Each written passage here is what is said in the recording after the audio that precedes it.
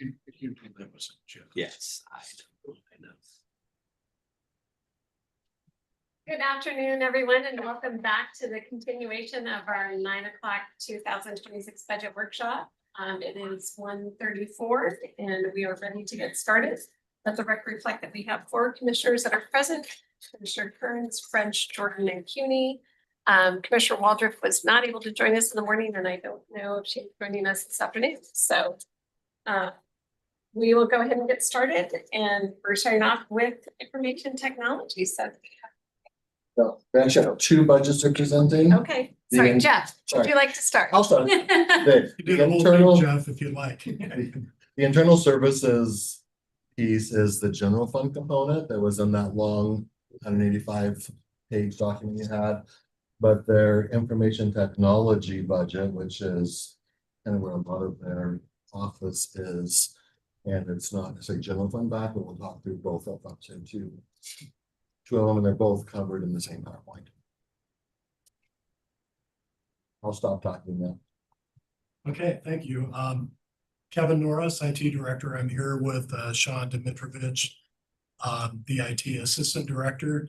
Thank you for having us today. I believe that I know this is the only time since I've been the director that we've presented a budget to you all. So I think we talked capital, long-term capital at one point, but never a budget presentation. So we're looking forward to this. For the presentation, I'm going to turn it over to Sean. Sean, he manages our budget for our office and is much better prepared to talk about these things than I am, but I'll fill in gaps where needed if necessary. Go ahead, Sean. Thanks, Kevin. Thank you for your time. We'll start off with a brief overview of our department there with employee counts and anticipated vacancies. Our administration, we have 5 full-time employees. Our director and managers, our technical services staff, we're expecting 24 full-time employees with no vacancies. That contains our network operations to take care of our network, firewall, wireless access points, our telecom team that take care of our on-prem phone service. Our server operations and data management team, they manage our data center with all our 350 plus servers, our SQL databases, our backup environment. Our server applications team, they manage our Outlook, our Teams, our web presence. Our AV, they manage like this room here with all the AV in it, courtrooms, and various conference rooms around the campus. And then our desktop support that I think everyone's aware of there that have dealt at some point with one of our technicians. Our application services division has 14 full-time employees, no vacancies that we're foreseeing.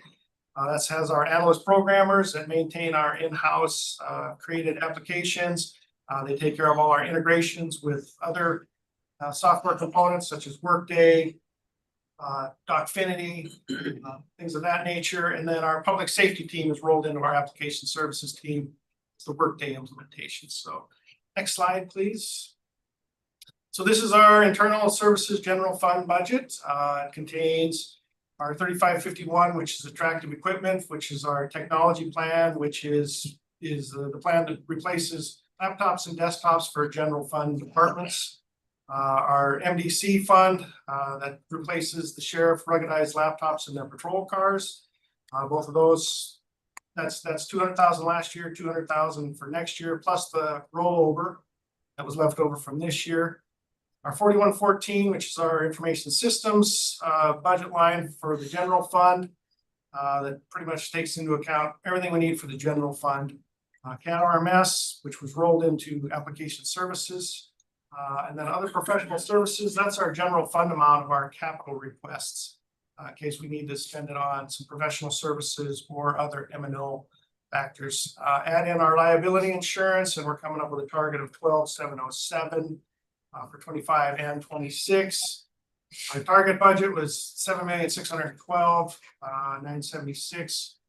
For the general fund, our submitted budget was a bit over, leaving a discrepancy of 163,874. We're still been working with the budget office on to find a remedy for.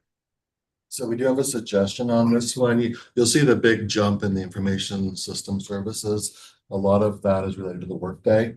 The ongoing workday cost is a bigger nut, a larger amount of money than the previous system. We had put a ARP contract when Randy was here. Last fall, we put up quite a bit of money into IT. We paid for a lot of the laptops that were being replaced last year and this year.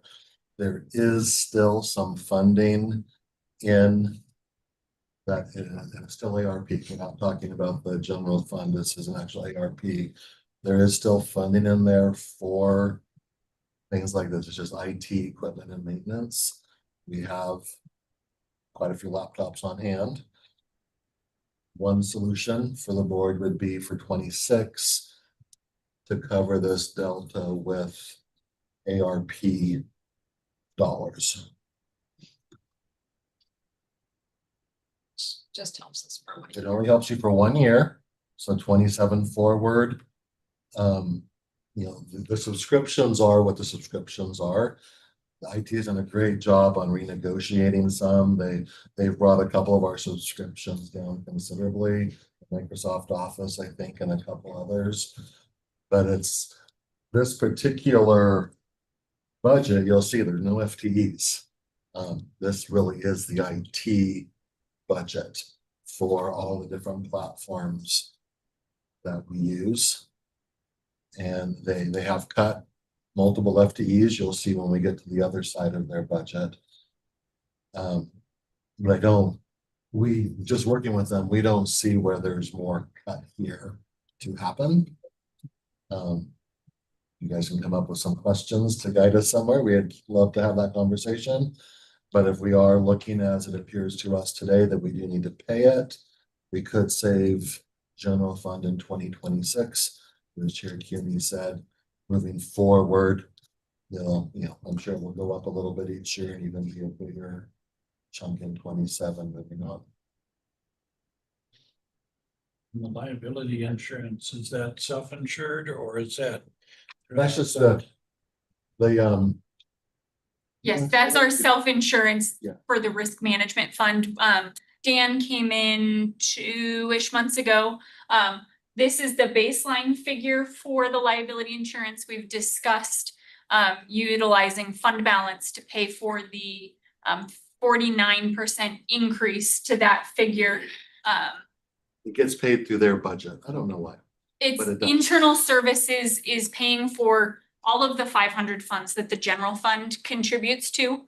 So a large portion of that is IT. The other large portion of that is our self-insurance liability bill for the general fund. Okay, thank you. Thank you, Tessa. It's a hard one for us to explain. Going for a different agent is going to help. Any other questions regarding that? You guys want to make a decision on the ARP today or add that to our list for? I guess the question on the ARP is what ARP is that from? It is We've got- at the end of last year, we did a contract. Randy signed it for the department. Scott signed it on behalf of the county as we did for all of our internal. And that was for some server work and mostly that's the one that covered all our laptops, correct? And It's the capital And so we have- relief. all capital. So we have some of that still left. We have some of that still It's already left. been dedicated, was dedicated to IT. It was dedicated to IT. What it would do would push out maybe some laptops. That's what it would really be, displacing some laptops, but at this point we have the laptops. And we totally admit this is a Band-Aid, not a solution, but it could help us in the 26 budget. And And that's, because I'm just trying to make sure is that separate than the ARP 10 million that's left correct. to do. If this is still ARP money that has to be spent one way or the other by the end of 26. If we don't spend it here, we will purchase additional laptops that we'll have on hand as people need to trade out laptops for just the normal change out. And I think I'm fine with dedicated to IT, so to go ahead and use that, because we're gonna see that in tomorrow's presentation. You'll be seeing some of that in tomorrow presentation, yes. Where there's other organizations that have been given ARP, then we did swap into the general fund, but it's still dedicated to those agencies or organizations. That'll be the ones that are general fund only. This one still is ARP, but yes, all ARP related. I'm just going. We have to do a resolution on ARP. The way the contract is written, the ILA between the department, it says capital. The way it's phrased for IT work, we don't believe so, no. We would, of course, have legal double check on that. And if there is an issue, report back, but to us layman's reading, it looks okay. I'm seeing nodding heads here. Let's do it. So we will, nothing's final, of course, until you make the final vote, but you will see that then in the version 2. Because again, with the internal service funds too, it all gets apportioned out to all these different departments, so it just benefits all the other departments. Okay. Thank you. Next slide, please. So one of the challenges we faced in the 26 budget leading up to this, we call pass-through costs. And they're basically contractual technology obligations that are part of IT budget, but are not directly consumed or used by IT. Some examples include Workday, Dockfinity, SAN Jail Tracker, NeoGov. So we roughly estimated that the pass-through cost for us this year was about $5.6 million. So some of these we just have no control over. We received emails 2 last week, Civic Plus. They just told us they're going up because of inflation and all of their usual things they like to jack prices up with. And Citrix let us know that they're changing from our perpetual licensing model to a subscription licensing model. Anytime we move to a subscription licensing model, the costs go up because it's a recurring income stream.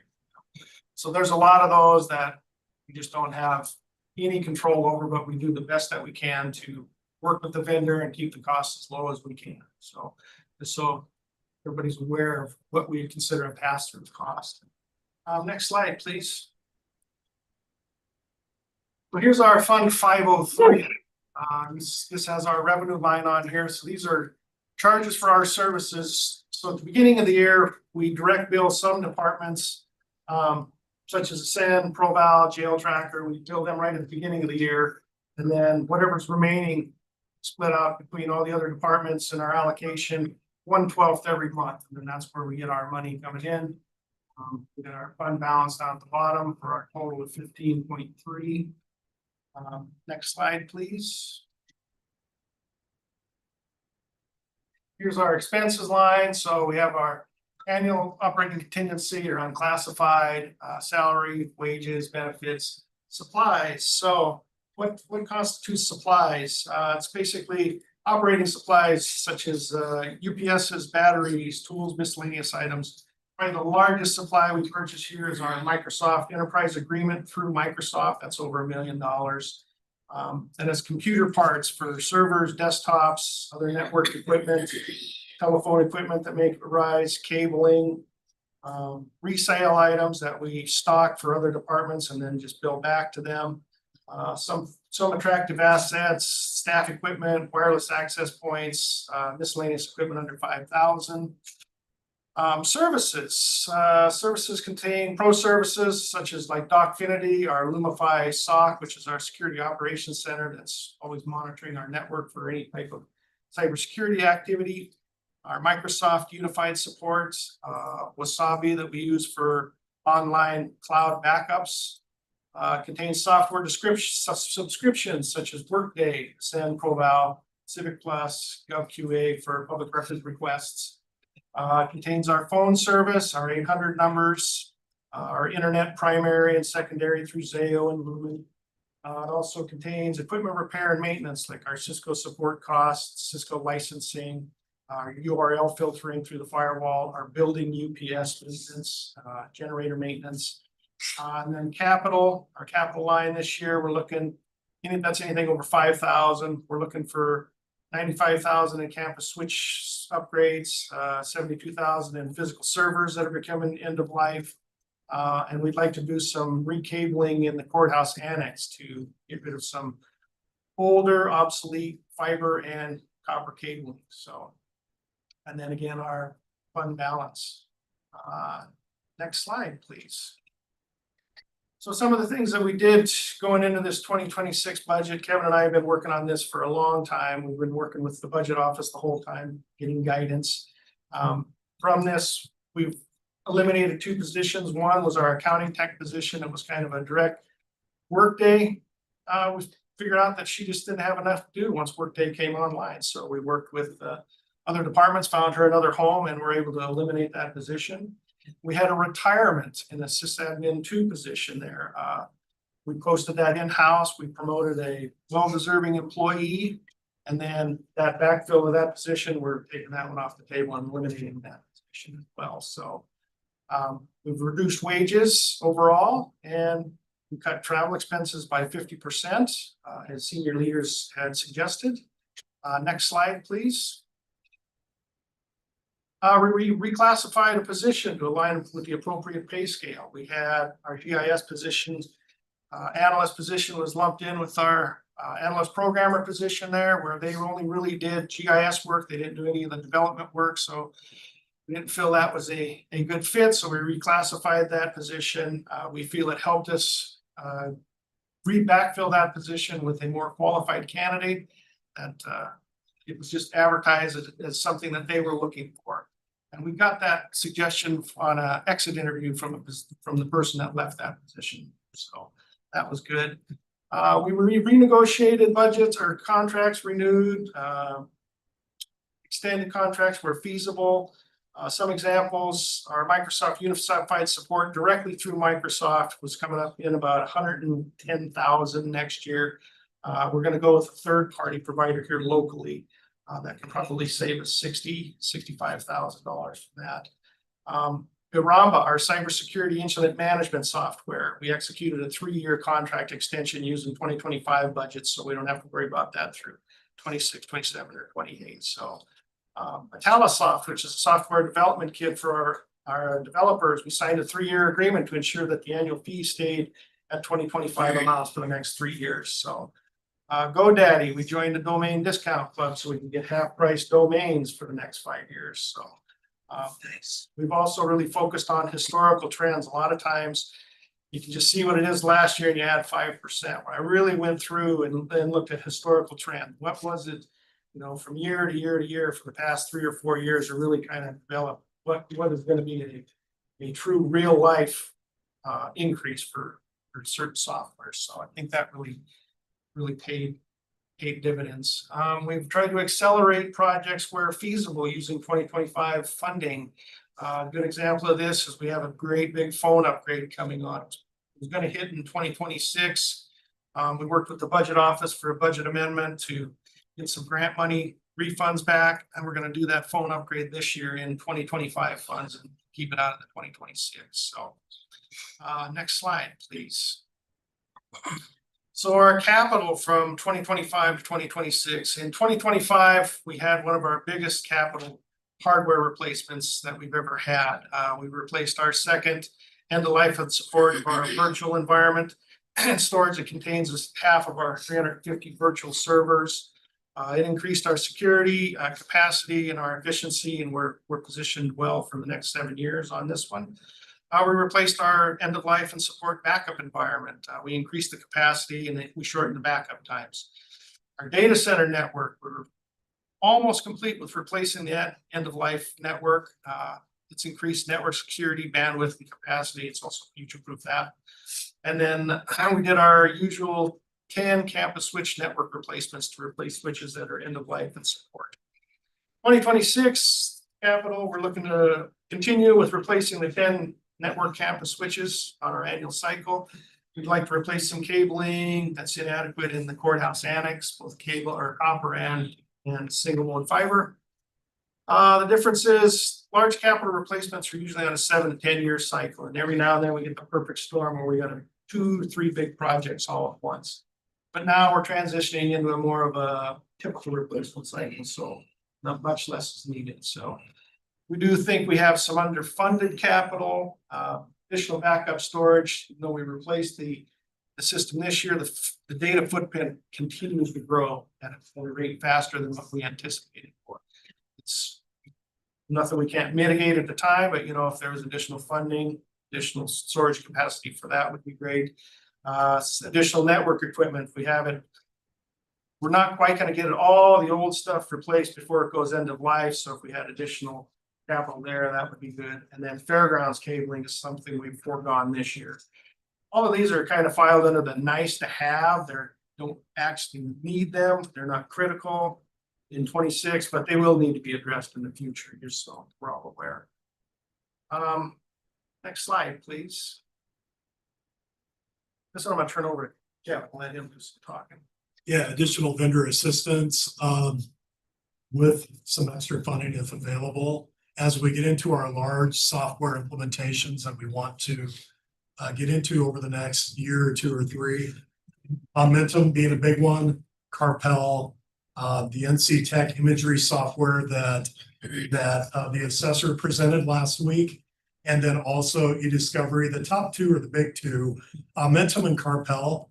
We have our application staff, they are exceedingly busy now, just maintaining. If we could get some funding to get a vendor supported person for a year that could help us with integrations, those types of things. What we experienced with the Receptionist implementation that just is going live now with our district court probation group. One of our staff members spent 7 months just working on that. And we got seriously behind on just our normal maintenance that we do within the applications that they provide support for. So rolling forward with these really big software implementations, getting someone, probably most likely we could hire a contract person, but if we could potentially pay for one more person from the vendor themselves to help with integrations and really relieve our staff, that would be money well spent. It would be a really good thing for the other departments not involved with the products coming up, because they're the ones that we take away from when we focus on these large application upgrades. So that would be a big thing. The NC Tech imagery, it's probably not a huge lift for IT. It's probably a bigger thing for the assessor, but we would manage that contract and maintenance and support agreement. The eDiscovery, just that project alone, that's a simple licensing upgrade with our Microsoft O365 tenant within that. And just by granting some licenses for eDiscovery, what that does is it provides a really huge component that would be very well used by Tony DeNaro's group in public records. They would have full access to not only our Outlook and email, and also have Teams access and other things that are right now very hard to get to and require IT support on 100%. Those are the things that, from a software standpoint, that additional vendor assistance would really help us. And then just especially for eDiscovery and NC Tech imagery, just being able to get those implemented would be really good savings for not only IT, but the departments that use those products. Next slide. Other uses if additional budget was available, we kind of touched on it before, the additional capital to increase the backup retention and capacity, additional network equipment to replace aging network switches that we're not going to get replaced on time, and replacement of the fairgrounds cabling and fiber optic cabling. So next slide, please. All right, disaster recovery. So with this uncertainty around the CCB, we started looking at other places that were possibly used as disaster recovery site that are county owned. Medical examiner's office seems to fit this bill pretty good. They have a large network area, a telecom room that's generator supplied power, We've talked to them, they're fine with us moving in there, no deal there, so. The thing is, just to kind of start getting going on this, we would need, some extra server and storage money, extra network equipment to get it going. Kind of have a start on this. We think we can use some of our retiring server cluster that we're replacing this year, and then buy extended support on it. That's fairly cost effective there. But over time, we would look for new server storage there and kind of get on a replacement cycle for that, and then additional network equipment. So it's always kind of trying to be proactive, look ahead, disaster recovery, fill in any gaps that we have, and make sure that the data that everybody needs is safe and secure. So next slide. That's pretty much it. Any other questions? So question is there any opportunity for some of these like network switches and that kind of stuff to get included in kind of the bond project? But We did look at some of that as it relates to even the treasurer, or the assessor treasurer. And I think so there's given, software, but with switching, Yeah. and cabling, that's long term. the servers are probably gonna be viewed more as short term, maybe 5 years, the asset life. Cabling, I don't know, we'd have to look at that, I'm not sure. The useful life would be on something like that. But the server's likely not. Something wrong. Yeah, we'll do some more asking out now. If we're having to do cabling and that kind of stuff. Just seems like that would be part of the infrastructure of it. If we're building stuff here. I guess, are you guys familiar with any other counties bonding out large types of equipment like that or infrastructure? Not Right. for how they, finance what they're doing. Okay. Budget on that. Okay. Did look at budgets. I did look at budgets and number of employees, size of the agency. I did some comparisons there. We're kind of right in with everyone else. Okay. Mostly everyone else is facing some type of a cut.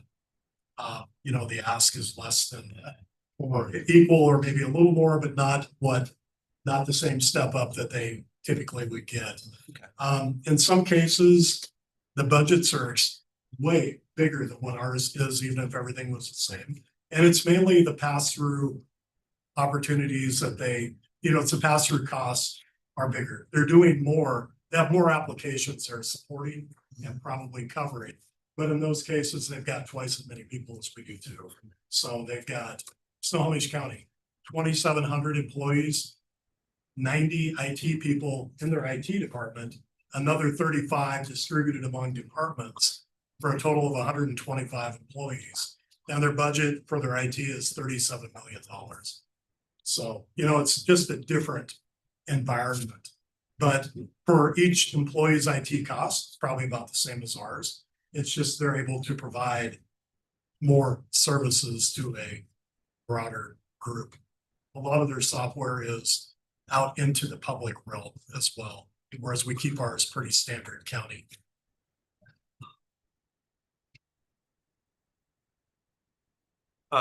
Kevin and Sean, just going back to one of your earlier slides where we had the target budget, the submitted budget, about 164,000 over. I know we made some adjustments within, before rolling them up. I just want to double check. Is that being solved?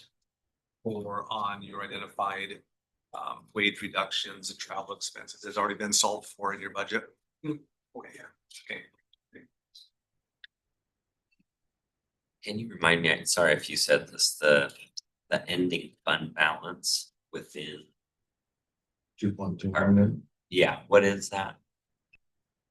So IT, so the internal service fund that IT operates within, has kind of old money that's sitting in its savings account that is the beginning fund balance.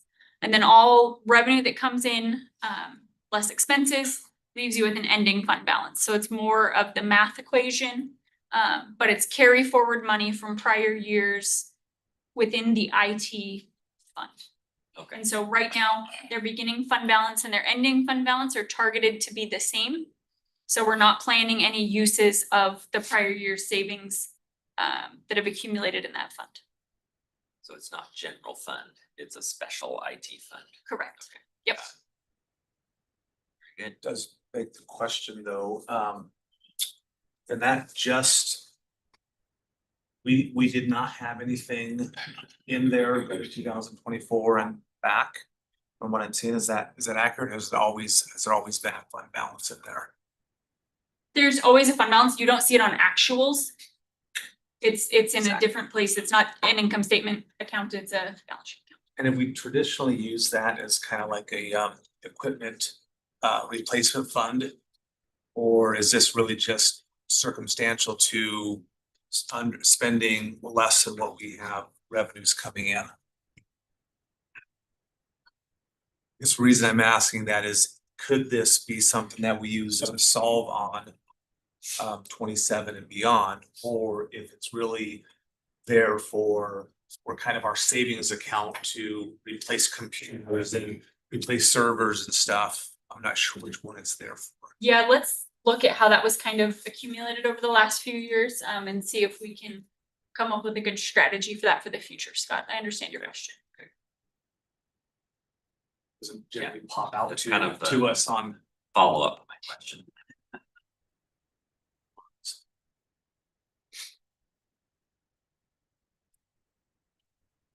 Looking at the software upgrades, I know we had the auditor come in and talk about one of them, The assessor and treasurer. assessor. What kind of efficiencies would you expect if Carpel came online? There'd be great efficiency within our office.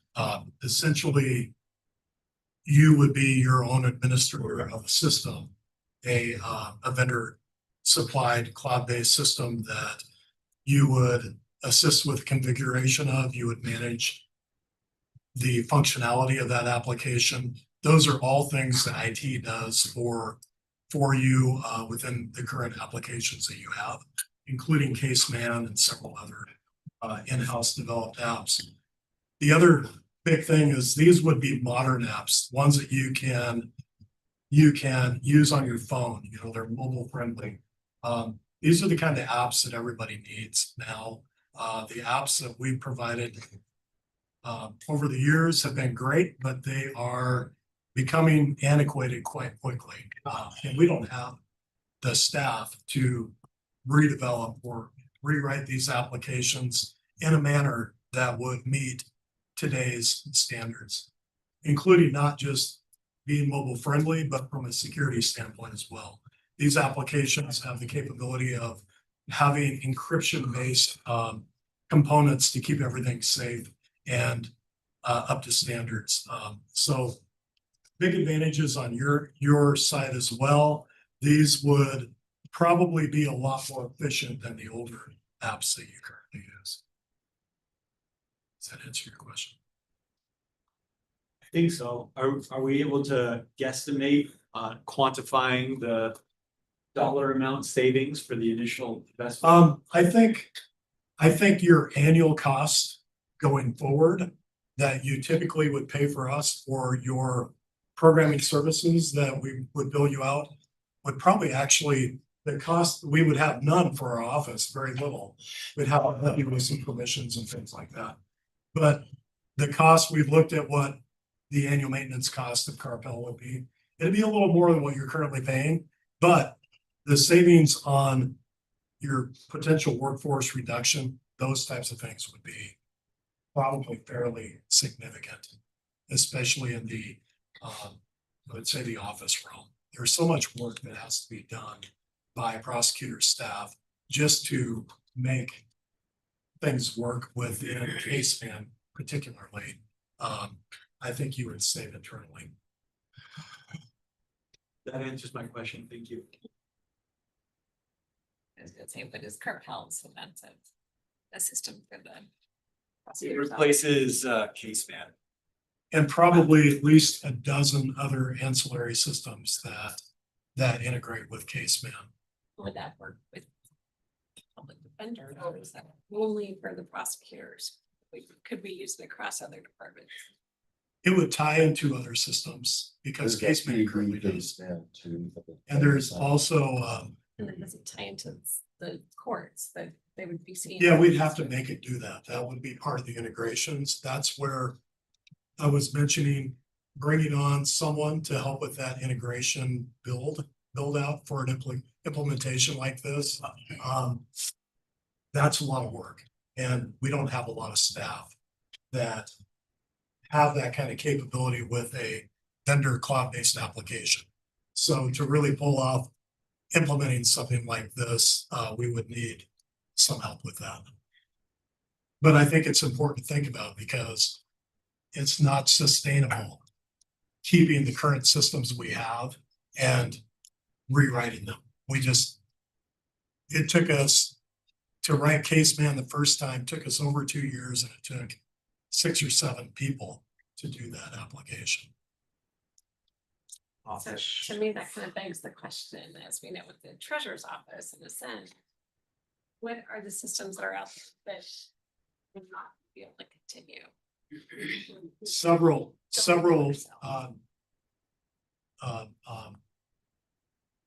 team justice applications or criminal justice applications, because we have a fleet of applications that were written in-house for the prosecutor, the sheriff, detention, well, not detention services anymore. Jail Tracker does pretty much everything detention services needs. But juvenile, superior court, district court, public defender, all of them have applications that were written in-house by, at the time in the early 2000s to 2010, we had 20 programmers working on that stuff. We have 4 now that support those applications now. So we really do need to get off of these applications. So who's doing the analysis to help guide us in making those decisions? Pardon me? Who's doing the analysis to help guide us in getting off? We've been working with the departments as they've been going to move off of these. One thing is that you need to, unlike hardware, we've talked about this internally. How come it's easy for us to decide when we need to replace hardware and do it? Well, it's easy because we don't have to talk outside of our department to make a move on that. We have to have the funding and we can do it. But with applications, the users like their applications. And trust me, Matt, when we tell people, good news, we're replacing Caseman, not everybody's going to be happy about that. That's how it goes. And to convince departments and elected officials and department heads that it's in their best interest to move off of a system that maybe they know isn't great is fairly hard. That's a hard challenge. They have to be willing to do it. It's their money that pays for these things. In those conversations with the departments, to Commissioner Cuny's question, has there been an effort to look at whether there are any software programs that might need one program might meet the need of multiple departments? I would imagine there's options out there that are kind of designed for a criminal justice system, which has certain features and certain uniqueness in every. There are. Carpel is a good one, for instance. I think 25 counties currently use Prosecutor by Carpel. They have a public defender component. They have some other components as well. There's juvenile management systems out there as well. And oftentimes Carpel was found by the prosecutor. They did good work in finding that.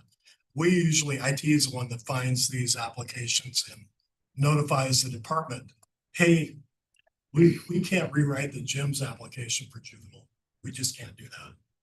We can try, but we're not, there's better products out there and we're working on them with a project right now, but they're far from having a resolution on going to RFP and other parts of that. So it didn't make a priority 1 capital purchase for this year, but we're working on several other things like that.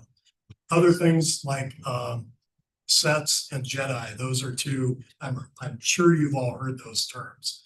They are applications that manage time tracking, training, and other things for detention services and the sheriff's office for time tracking, trying to, in the long term, get to that with Workday. So we're working on several of these major applications that we have, and we have a few major ones: Caseman, PD Man for Public Defender Manager, Caseman for Case Manager. And then we have dozens of smaller, tinier ancillary applications that do specific little things. What's really nice, like with Carpel, it's a complete package. It does, we can eliminate probably 18 to 25 applications just with that. And that one has a public defender case management function as well. It has a public defender by Carpel module as well. That is separate from the Same prosecutor. same Same creator, vendor, yeah. but different system. Each sold separately. Yeah. sold separately. There you go. Yeah. Batteries And we not just- included. Just in the last week, we've been reached out to by a public defender regarding a presentation that they want us to see regarding that product. And I'm sure they've heard heard what the prosecutor is thinking about doing. And that's good.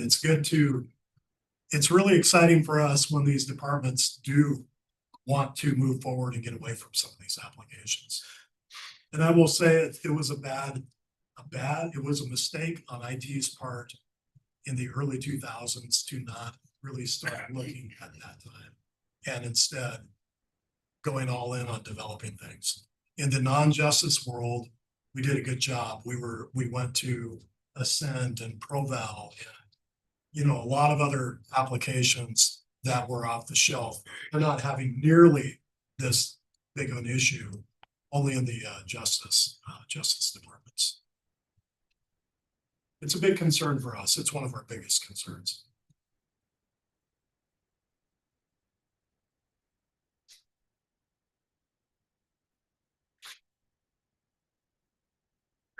Trial services. They've Fit in there too. inquired, they found an application, we checked it out with them, and they said, we don't want any part of that. And it was one that some counties were using across the state, and now 2 of those counties are going away from it. So we're kind of letting that shake out a little bit. But we're working with Aaron Stromberg on that as well. And then court stuff, there's a lot of courts. District Court is looking at tying into the state system. Something we maybe should have done better 10, 15 years ago when the opportunity was there. We decided to stay on our own software and connect to the state. We should have jumped on the state system at that time. And I guess that's what I don't want to see is each department even though there's separate electeds in some of these departments doing their own thing that doesn't all work together and integrate together. We still control the budget of those departments, last I knew. I think a benefit now is we used to have 4 different justice teams that were kind of doing their own thing. Now we have one justice team that supports, so they kind of see the whole realm of what's going on among all of our departments. And it's a little easier to see. We're not so siloed where everything's kind of in one big area that we can see. But there's, what area do you tackle and what's most important now? And what can we win over favor with the departments that we're working with? I know, like in the past, Superior Court wanted their own, IT person, all systems that are trying to feed together. An IT They, person. they wanted that. They didn't really they wanted a tech more than anything else, somebody to help support things, but it's kind of a misnomer, I think, on what they were asking for in particular. Did they want a Wayne Miller type of a person like District Court, or do they want somebody to help them with their courtrooms and do that type of thing? I think that was a bigger ask for them. So I guess that's, just knowing some of those old backgrounds. It's like, what can we do that will be better? Because I don't want to see us all buying separate systems that aren't going to be talking to each other. Well, I'm excited about Carpel because they do have a lot of criminal justice modules that they have in play. And a lot of these departments that have prosecutor by Carpel have these other modules. That's a really good thing. Courts are a little different in that there's a state system that's available and the courts have to be willing to go to them. You know, it's, what do we do we can't make them move that direction. We can talk to them a lot and we do talk to them about the issues we have with their current systems, the dedication that we have to keep them working. The fact that if we have a couple of untimely people leaving, it's going to be really difficult for us to maintain some of those systems in the manner that they've always been maintained before. So those are big issues for us as well to think about. Superior Court on the state system. They have a component of the state system, but they have SuperCal. They're a Superior Court calendar system. They have several other applications that have been built in-house that imports case information from the state and then in the end exports information back out. Because I thought like the clerk's office was on the state system, which maybe. The clerks have their own systems as well. But they're pretty easy to do. So what's Odyssey? Odyssey is a state system. Okay, so I thought we were on this Odyssey. Oh, we use Odyssey, but we don't use it in the day-to-day life. A lot of the individuals in these offices use applications that we've developed that use data that has come in from Odyssey. So what's happened is these applications have been great that people use. You have to understand that in 2005, 2010, 2015, these users were really happy with what they use. And in those departments, they still are. Odyssey comes along, the county decides IT and Superior District Court. We like our own systems. Let's figure out a way to port data in here so we can not change how we do business and let's get the information back out. That's how that stuff comes into being. And then trying to remove that portion of everything that we do in the middle is a tough sell to departments. They have to be willing to do that. And it's a lot deeper than that. At very high level, they probably have really good reasons that they would tell you why they can't do that. Because I thought we were on Odyssey, but. Oh, technically we are, like every county in the state. We have to be on Odyssey to get the state information. But how we manage it within the county's purview is what we do, and then we have to provide the information back that the state needs. But we're using our own Is there- developed Okay, so then are there software. any counties that use all of Odyssey? Several do. Most are smaller. King County does not. Pierce County does not. I don't know what Snohomish does, but the two biggest counties, they do their own thing. And they do kind of like what we do, yeah.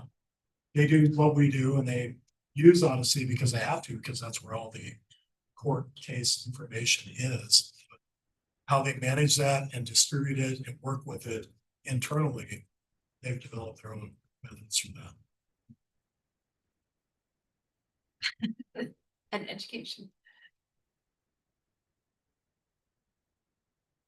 Any other questions? Okay, thank you. Oh, thank you. Thank you, guys. Appreciate your time. You think one thing and When you hear we're on Odyssey, yeah, you think, okay, we have that system, but it's like, no, just part of it. It's a little bit of It's sort of Odyssey. like, well, with Workday. People use it for the data, they do other stuff on. Yeah, no, work, that's- so most of that's it. It was a huge deal when Odyssey rolled out. Yes, You make me change. don't remember anybody telling us we're only using Yeah. some of it. Hi. Hello, how are you doing? Good. Okay, good afternoon. Do you want to, Yeah, that's fine, I just wanted to start the first one, because I wanted to point out there's two separate budgets. okay, All the rest are more straightforward, maybe. there you go. Right, hopefully we can get you caught up. Awesome, thank you. It's how it goes, as it. as I think some of you know, we're in a transition with my business manager, so we did get somebody hired. And I was fortunate enough to bring back my business manager who was here for 34 years. She was great timing. She just happens to be gone visiting family. So depending on the specificity, sorry, of your questions, I may have to get back to you. Okay.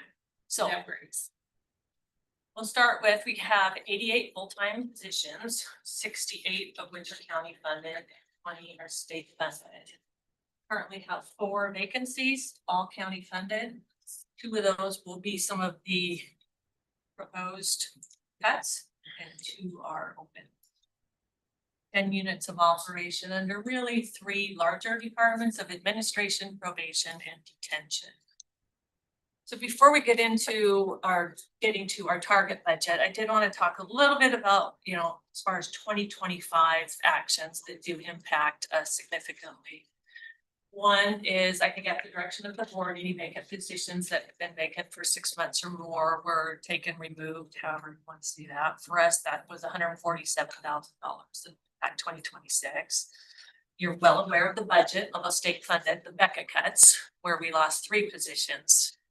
Those 3 positions went into 3 vacancies. You all did such a good job communicating that we're going to need to make some moves in 2026. So we left those vacant, hoping that would come in 2026. So those vacancies were filled by those cuts.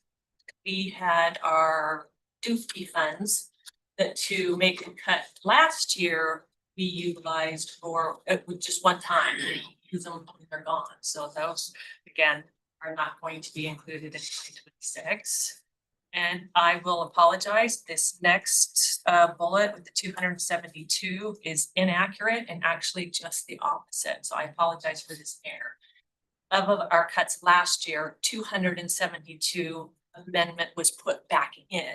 So we did take some other cuts, but I apologize for that error.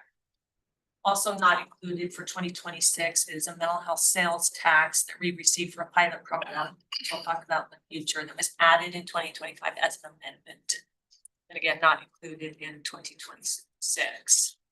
Something else fairly new to us is Martin Hall contract at $403,000 in our budget. So I'll talk about that later.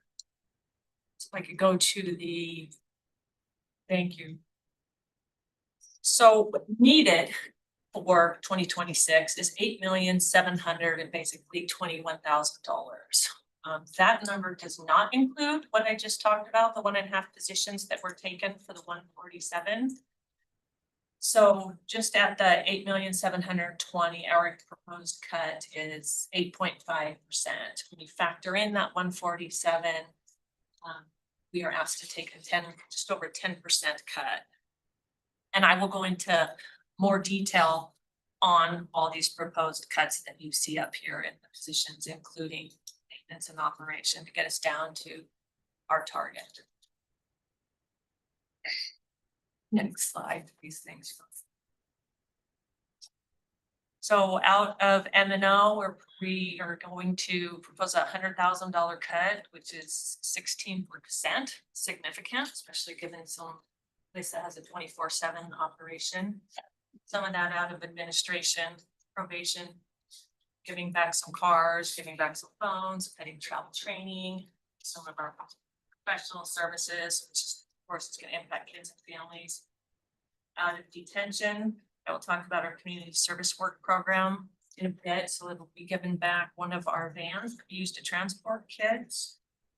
We have a contract with YWCA for pro-social activities for kids. We're actually ESD 101, who runs our detention school and our SAC program, has agreed to take that over. So fortunately, we'll still get to maintain or get to use that. It's significant to the kids that they serve as well, so they agreed to take that on. Medical, cuts in medical, which easy to cut out of M&O due to our work with the healthcare authority, so that will fill that gap. And then we are letting go of a mentor that we have for some of our kids in our program. Next slide. Is that a volunteer or is that a part-time person or what is it? He's just paid by the hours he works, and it's maybe 3-4 hours a week. One of our cuts proposed is out of our dependency unit, and you'll see layoff is crossed out because we did just receive notice. One of our staff from that unit has had his second child and found a work from home job. He has his law degree, so he's going to go home, prioritize his family. He can't work, so that was no longer a layoff. So that is good, except for the workload issue.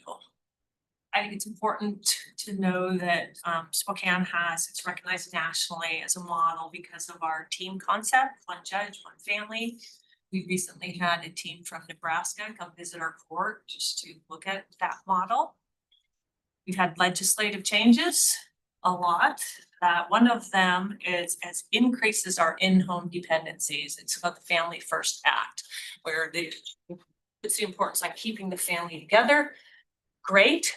According to research, what that also does is puts children in high-risk situations, which require actually more home visits, and we may have to do less with this cut. We also have some of the highest dependency filings in the state, just to show you those numbers are higher, which makes the advocacy and oversight all the more important.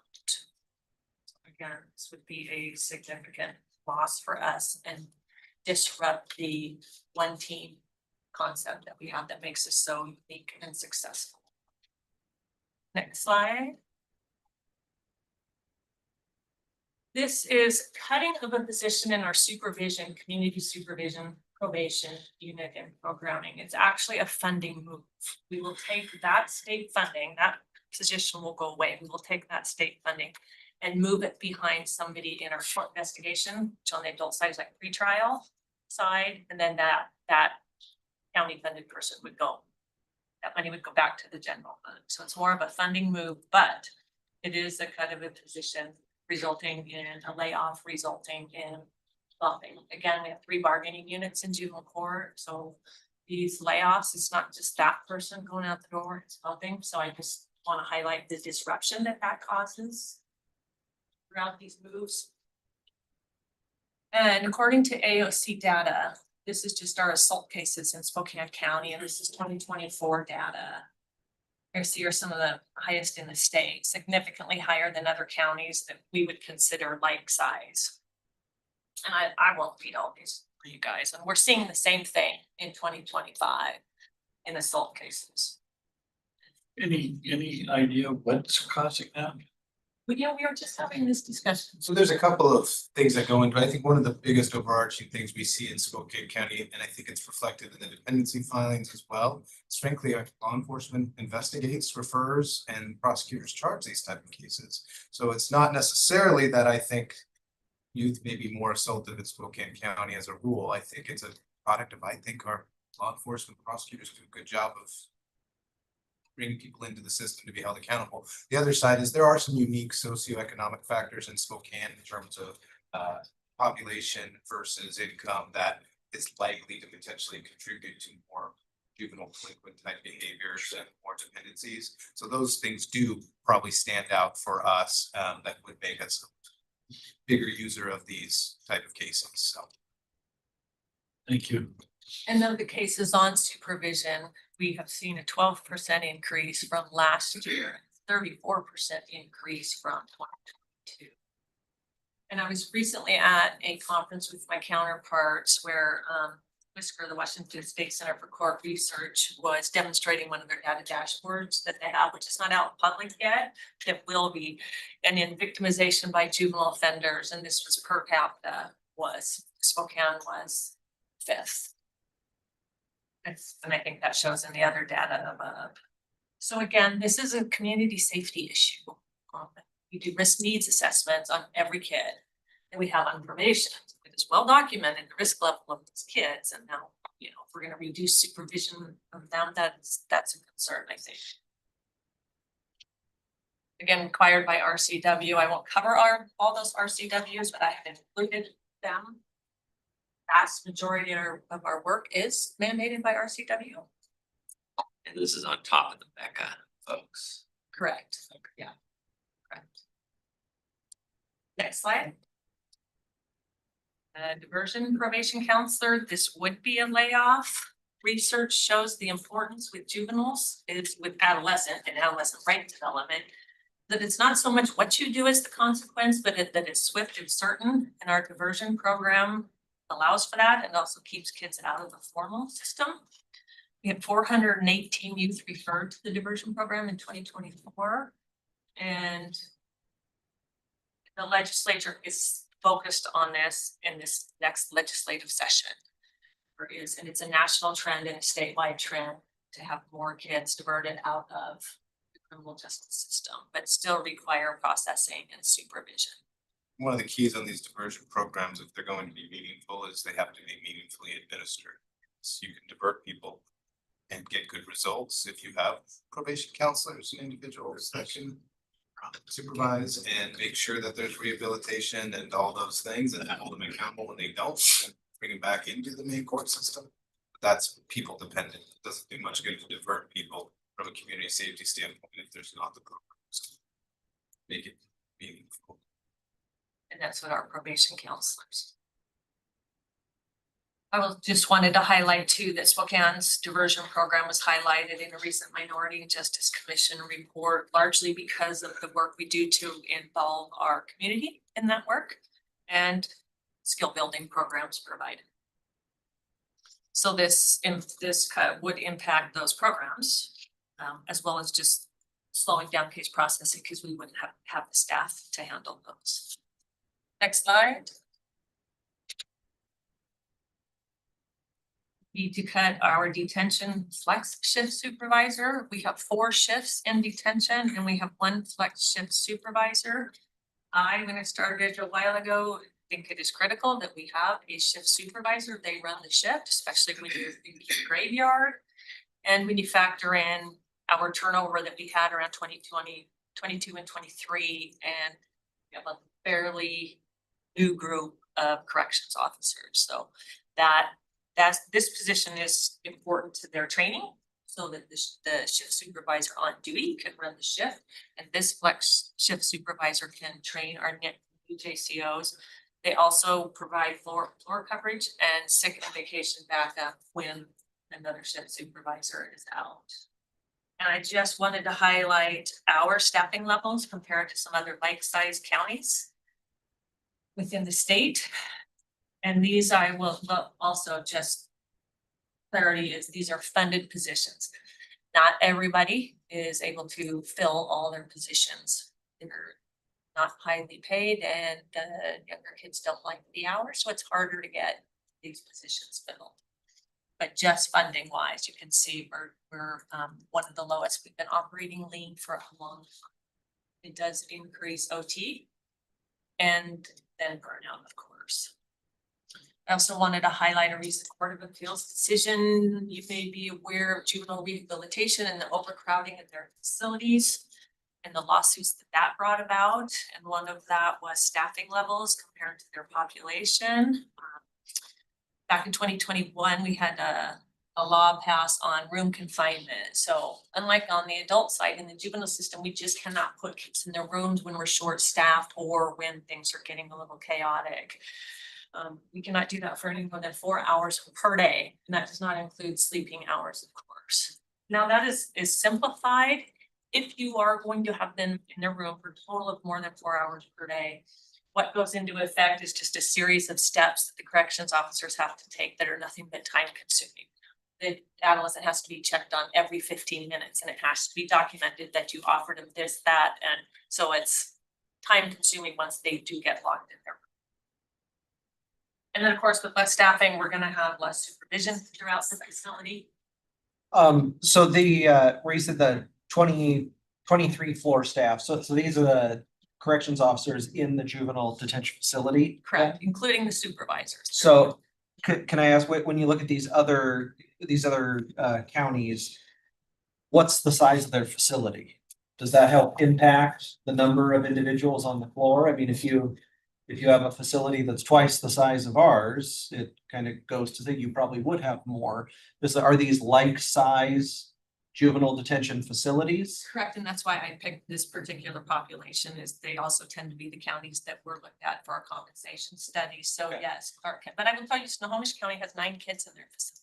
Okay. as of last week, so. Yeah. We also have had, right now, we're a little low, I mean, our population today is 15, but for 2025, our average daily population has been 25, so. King County's pretty high, they're not factored in here because of size. Yeah. So yes, I think. that's Size a of great facility question. or size of population? Facilities. Facilities, okay. Yeah. And Benton Franklin, Franklin, I didn't think had a juvenile, so I thought they contracted out with another county, but it wasn't Benton, I To thought. Franklin, so all Yeah, Benton Franklin kids are in Benton Franklin counties, which would be Benton's facility, but includes Benton's kids. Okay, okay, Kids from both those counties go to the one facility okay, that I refer to here as Benton. okay. I thought they sent them to some, I didn't think They are they sent shopping them. around right now, is my Yes, understanding. yes, but I thought it wasn't one of their counties that they were currently holding. I thought they were contracted with a third county and they're trying to find essentially a fourth county to send them to. Correct. No, they're thought. trying to find Okay. a different county outside of those two. Okay.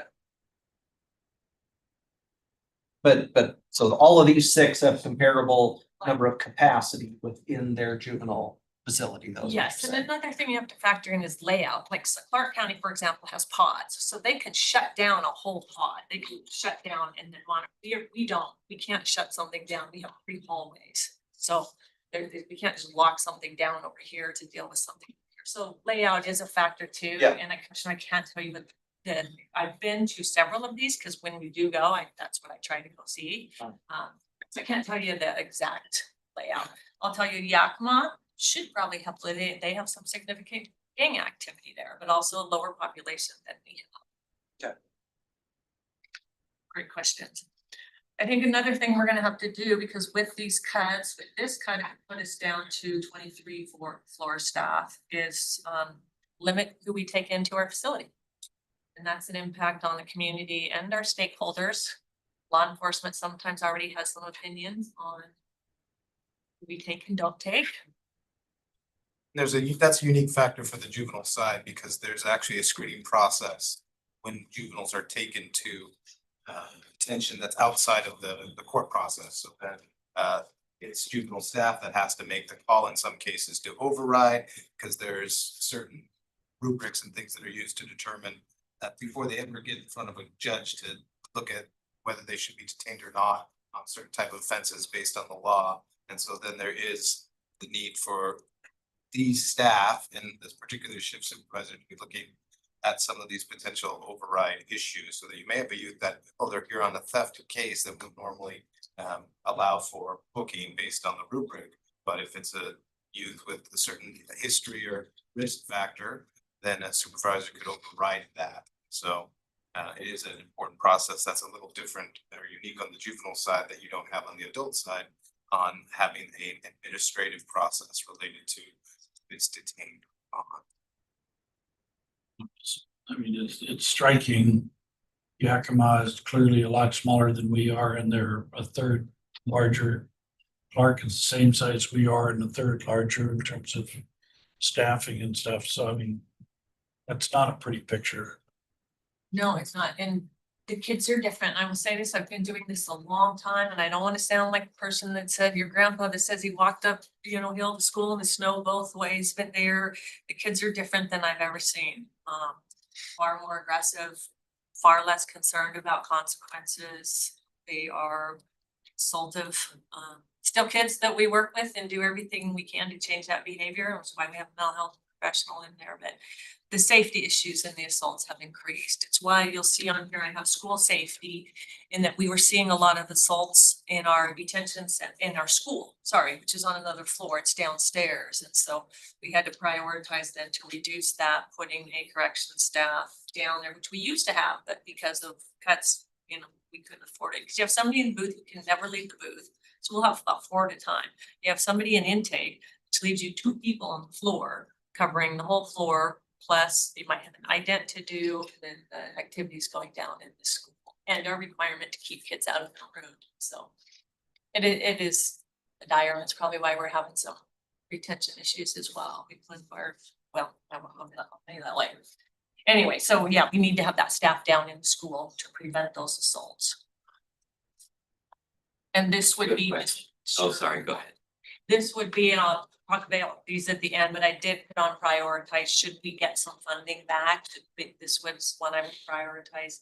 For one, because they can cover the floor, they're responsible for training our new JCOs, and it's just a quality assurance piece that's important in our highest liability. If it says cut and it doesn't say layoff, should we assume that that position is currently vacant? And so you're proposing, if you have to cut somewhere, not continuing that funding, but it's not an active employee who would be laid off? And I did not put that on here because I have not received notice, but I've been told informally we may have a retirement. So at that position level, that is just. Okay, So so I other haven't received positions, notice. if it says cut but not layoff, That it's currently means vacant. somebody will not, no, like this isn't, this is currently filled, Yeah. but by the time 2026, I'm hearing we may have retirement. So I don't want to give you information that's not accurate. It says. I was cut just and wanting to get a layoff. sense of the number Yeah. of layoffs versus So if it says- defunded positions. Yeah. Right, when I put layoff, it means someone's going out the door. Yeah. If that's, yeah, it'll be our least senior, it's never the person that's in that position. Yes. Thank you. That clarification. Next slide. Is we had a conditional offer out, this position that was not funded or was not filled, but we did have a conditional offer out, and then that's, we, got our target number. We rescinded that conditional offer. And again, this is all the same data on the importance of why we need these positions filled. All the same I just covered on the last slide. But JCO is Juvenile Corrections Officer, sorry, acronyms or something, we are heavy. Next slide. This is our electronic monitoring program. I think it's important to highlight. You'll hear a lot from juvenile court here, and that this is credit to my predecessors as well as current staff. From years back, we were the first electronic monitoring program in the state, and still get people visiting our program to try to replicate it, see how we've been so successful over all the years. 2024. We had 212 youth on electronic monitoring, serving a total of 431 days. 2025, like some of our other areas, those numbers are increasing. If 2025 continues as it has, we would be a 15% increase over 2024 in utilization of that program. Electronic monitoring is a really important thing for juvenile court, and is again another one of the unique features of juvenile court as a detention option, because it's still a form of detention. Biggest issue you have with youth is balancing the community safety issue, the youth safety issue, and the impacts of detaining youth. Not only does it have on them in general, on our population, and then on everything that needs to be provided when youth is detained. Electronic monitoring is a real great middle ground that you can have really good oversight and monitoring, and a form of detention that's more severe than, say, a house arrest or something that can be utilized, but still have a lot of certainty. We have a really good EM staff that looks at that. And if we didn't have that thing that is available, you would likely see, from my perspective, the detention population rise, because the youth put on EM are ones that you don't feel 100% comfortable with them without some form of constant supervision, but may benefit from continuing to go to school and some of those other things. So I would think that even if this could result in other costs escalating in the detention realm on those youth, at least from my perspective. This is not required by RCW, although the definition of a confinement facility in the juvenile arena does include electronic monitoring. So it is looked at just the same as detention. And we have had such a successful program because it is 24/7 monitoring. You literally on the screen watch where the youth is going, how fast they're going, where they were at any specific time. Say if we have a sex offender on electronic monitoring, you can put an exclusion zone, so they will get an alarm if that youth goes into any specific area. So they're tightly monitored, allowing us to put some kids out in the community that may not other without that. Judges may not without that sort of supervision, and it takes staff to provide that. They go to the homes, they schools. They call schools to make sure how they're doing. Is there a team of probation counselors that is doing exclusively the or significantly that, and what's the makeup of the team? All of it. We have 4 in there, but one actually also does our community service work program, and you will see that is something that the loss of this that we would have to cut, moving him full time into that, which is still a lot. We lose our community service work then. But he's You'd have less, when you say decrease the monitoring, maybe each of those folks would have a higher caseload, meaning that they're spending less time on each case. That's possible. I think the real thing would be you just would have less people go out on electronic monitoring, because at some point, just like everything, it becomes meaningless if you don't have to. The icon. Exactly. and it's 24/7. And we don't have eyes on 24/7. They are on call. But So they would that- are Saturdays. We have Saturday coverage, Sunday coverage into the evening, coverage in the early morning as things get going for school. So is there like a cap or something that you'd have to put on it and then you get back to the court that this is the number if we don't have So more room? when the court orders it, it's actually an authorization, not an order. So Okay. what we do is defer a lot to the EM staff and their expertise to see, can you monitor this kiddo? Can you work with this family, and do you have the devices and ability to do it? And so there are some built-in ways for EM to in some ways manage that, because again, it's very rare that people just say you must put this kid out on EM. It's an authorization, so there is some ways to adjust that, but the adjustment would likely have to be, if staff doesn't have the capacity, you'd have this not as large of an option. Or the kids that we would take on, you would take on. A higher risk kiddo that would need more home visit or some of that which we can do. The other benefit of EM is it gets kids reconnected to the community, so they can engage them in school, engage them in family counseling. If we get them employed, which we work hard to do, they can do that while still being monitored. Parents like it because it does get kiddos to school when otherwise they don't, and so it has a lot of benefits. Again, it's not one of the statutory required things we do, but I think it's one of the more effective.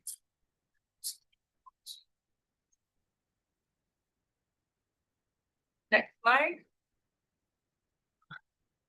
So that, I'm talking about mental health sales tax, that does cover our position funding tax. So to get down to our target number, the loss of six positions, which would equate to 3 layoffs.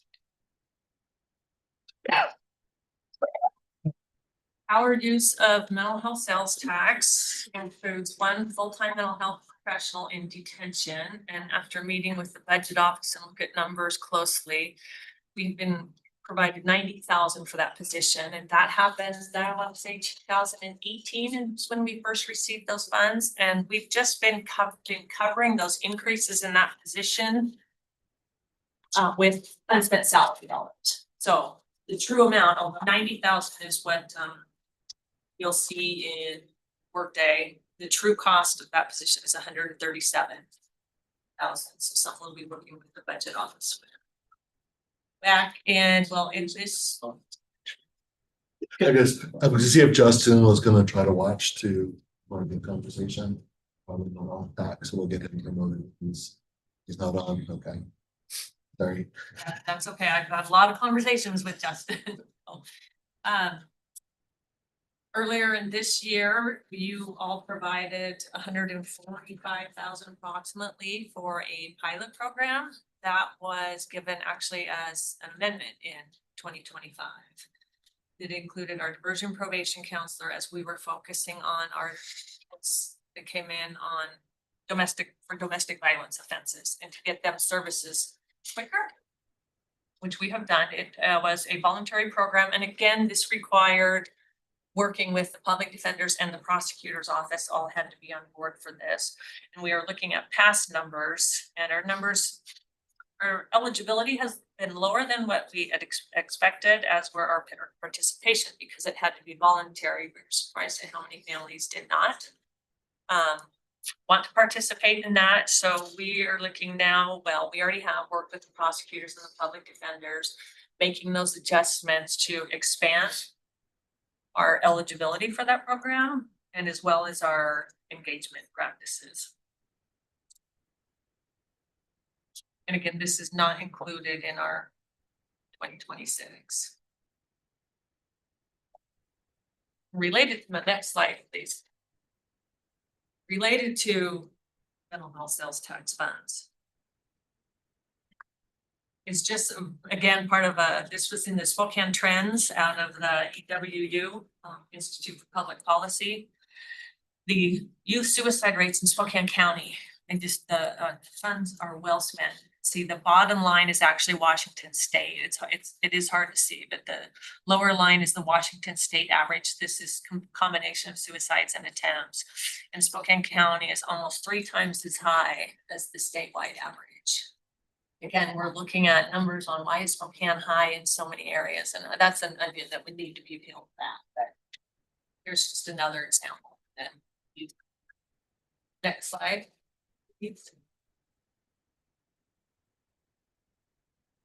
So what we need, which of course would be our request, is 8,700,000, basically 21,000. That does not include any additional positions, any increase in M&O, which is what we are currently doing, which is already operating lean to serve the kids and families in the community. And so at your request, I have provided what would be our priorities to receive if we were to see if you received additional funds. And this was a little, for me, this was painful. I felt a little bit like Sophie's Choice here because I have staff that do phenomenal work in all those 10 units of operation, and having to pick which one I would prioritize is difficult. And in just looking at the big picture, I would have to pick the area that really provides would be the greatest liability area, and that's our detention center. And so you'll see that's what I have chosen here. So it would be the one position that had been vacant, assuming we can fill them, which we almost got there. As you saw, I rescinded that one off corrections officer offer. So it would have that one back and then not cut the additional one, not cut the detention shift supervisor or the electronic monitoring probation counselor. We are PREA compliant. Again, we were the first juvenile detention center in the state to be PREA certified. And so there are some staffing levels with our PREA compliance that we would like to maintain. And then just overall safety and risk to my staff and the community and the kids. Any questions? We can answer. What is your current vacancy picture? And then how does that connect with what you propose for the budget, if at all? We have 2 vacancies that are in the proposed cuts. And one is Is that the one of the the JCO.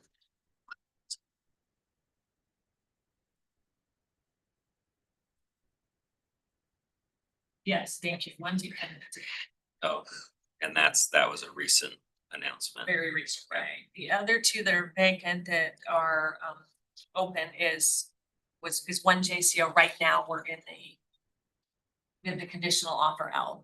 And then our nurse left for more pay. So we are down to one we lost the one position that was taken away, was a half-time nurse. Difficult to fill, which is why it was open for so long. And then we recently, our nurse moved to hospital setting for much more pay. So we are down to one nurse manager right now. So how many vacancies are there currently? 4, 2 were covered in these positions that we were cut, and 2 are. We need that nurse. And I can't go down to 21 JCOs.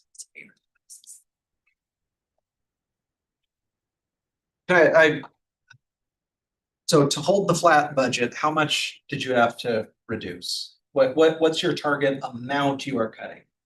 Or you were requesting to cut? Was it- 880,000 was the cut. Okay, so it was the 887, not the, cause you have a 740 and then you have the 887, and I guess I Sure. didn't quite understand what the difference between those two numbers were, cause one said 8.5 and the other one said 10.1%. So which was the target number the budget office asked you to cut? The target number was 7,980,000. So after those two positions that were removed were 147,000. After those were taken away, our cut would be 740, but I can consider those a cut We could defund those, didn't we? for 2026 is what Teresa had told me, she, in speaking with you. Well, we took them in 25, we took the positions, but no funding from the positions. Okay. So I guess this would be if the positions were there and filled. What you're saying? Well, I received notice that those positions were gone, and so I can't fill a position that I don't have a number for. True, but we didn't take any of the funding that was with them. Yeah, and when I checked, so 25. if that's going right in 2025, I don't want to fill something and lay somebody off in 2023 months. So did I understand that right? I think it's semantics. Okay. I think you're talking from the point, if you still had them and filled them, you would need more money That next just- year. So she's talking what a status quo budget would be if we covered we never factored those out for each department. We told each department, this is your 25 number, you need to keep it in 26. If everybody in your department's at step 13, it might only be a 3% cut because you're just dealing with the COLA, not the steps.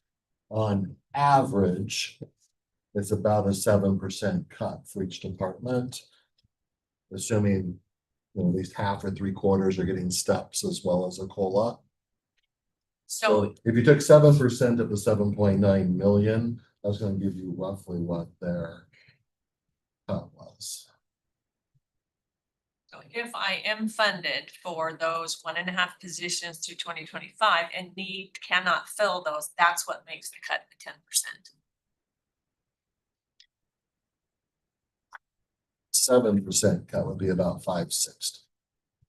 If that was the true, based on the different factors that are what makes up kind of the juvenile budget. It could be that they had more positions that are lower in the scale, so they have more positions stepping. The true cut may be more than 7%. 7% was kind of an on average across the board assumption we'd made. Another factor in that is right when contracts were signed or negotiations were having, I asked my budget office and they did a phenomenal job to go back and look at all those contracts and they factored in those increases so that I could have, because you all know Workday's still developing and we're still learning it. They did not have the accurate numbers in there. What got me true salary increases. And when those were approved, I will say at the time, I might have negotiated differently. I did not understand that those were not going to be funded. In the salary compensation, our probation counselors were significantly underpaid compared to, so they did receive, and we had some other positions, mental health, receive some increases. And that had a significant impact on this number, why you're looking at 10 instead of. Benefits can vary a lot if everybody's single and the benefit plan is just themselves versus everybody's me with 4 kids and an expensive family plan. That can be a big variation too, then on just the demographic makeup of your employees, which of course you have no real control over, but it does impact your budget. Other questions? Just making sure, I think I know you, so. In those proposed cuts, that does not include, you're not looping in the mental health sales tax dollars to help offset. We saw one of the departments earlier today tried to do that. That's not what you've done. I'm trying to kind of quickly do the math and see, okay, just wanted to make sure. That's just, okay, you've kept it separate. I'm Mental glad. health approach is a pilot that ended. Yeah. And it'd be up to the board's decision to continue. That accurate. The program wasn't ended. We're No, but actually increasing But services. the pilot funding is coming to the question, are you gonna renew it again?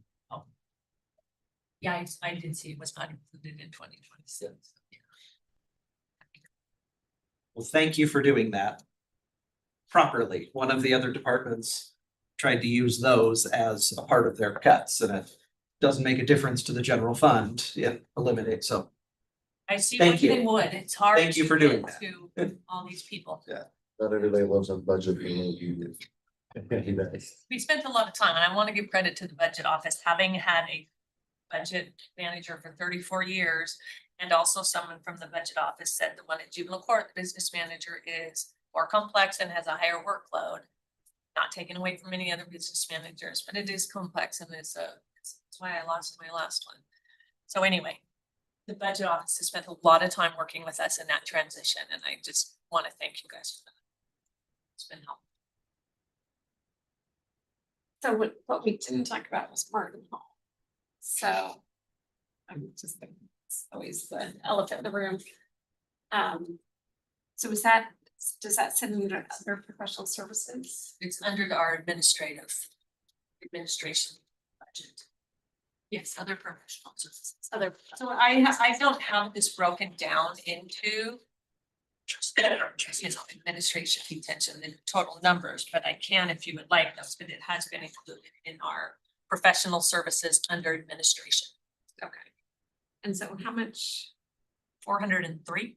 and that's up from, do you know what it was last year? Oh, gosh, I don't know what it was last year, but I know about 5 years ago. Well, I don't even want to throw out a number without really. is that the only thing in the other professional services category? Cause that 403 is the exact number in 2023. And that line for budgeted for 26 is 547. Is that, I don't know, but I don't know if you have other No. things wrapped into that. I would have to budget line. dig down into that, but no, that is not, we are not expecting $134,000 increase. Well, that would be from the 23 number. Yeah. 26. No, I would have to dig down into that, Commissioner, and see what those other services were. And are you looking at administration 222? No, I'm looking under, they said it's under other professional services. And it's all rolled together, So so that's probably all, electronic monitoring. Okay, that's everything. All of our Some other of that could be professional how we rolled up services. stuff in one Okay. day. When you said 403,000, I was like, oh, that's the exact number in 2023. So I was like, Okay. maybe. Oh, that then is probably what he's a workday roll up. Yeah. Commissioner French. I know that we visited this before, and so I'm just gonna throw it out there as a possibility, because I know the dynamic has changed for all the counties. How many empty beds do you have now? That changes. And that changes on our old facility, but right now, it's probably 12. So if we could, well, no, let me rephrase this. If Chris could readdress the issue of Martin Hall and convince these people that it would be cheaper to send their kids here or anywhere else other than Martin Hall. I mean, when the rate of Martin Hall, I mean, we were paying like barely over 300,000, now we're over 400,000. And I know that, you know, talking to Rob Kaufman and some of the others, I mean, everybody is hemorrhaging and stuff. So if we could persuade them to send their kids here, you would not only have more revenue, but we could get rid of the Martin Hall obligation. There's 400,000 right out of the gate. What would be a room rate, per bed night rate for you if you were able to contract out for those other beds that we have? We had, if I may, I mean, we've actually looked at this and discussions with the state on bed rates, and I believe we calculated our bed rate was around 485 as a number for an actual, what you would look at as a potential billable cost. The rate that the state was paying was about $150. And they've, in the middle of negotiations with that, they've increased their offer to 250.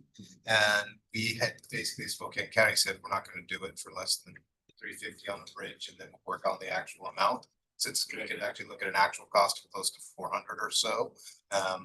So those are some of the real numbers that you potentially could. I know that then other counties are getting paid $250 a night day for a bed, essentially. So you're at least, that to me is a floor, and the ceiling is high in the fours potentially.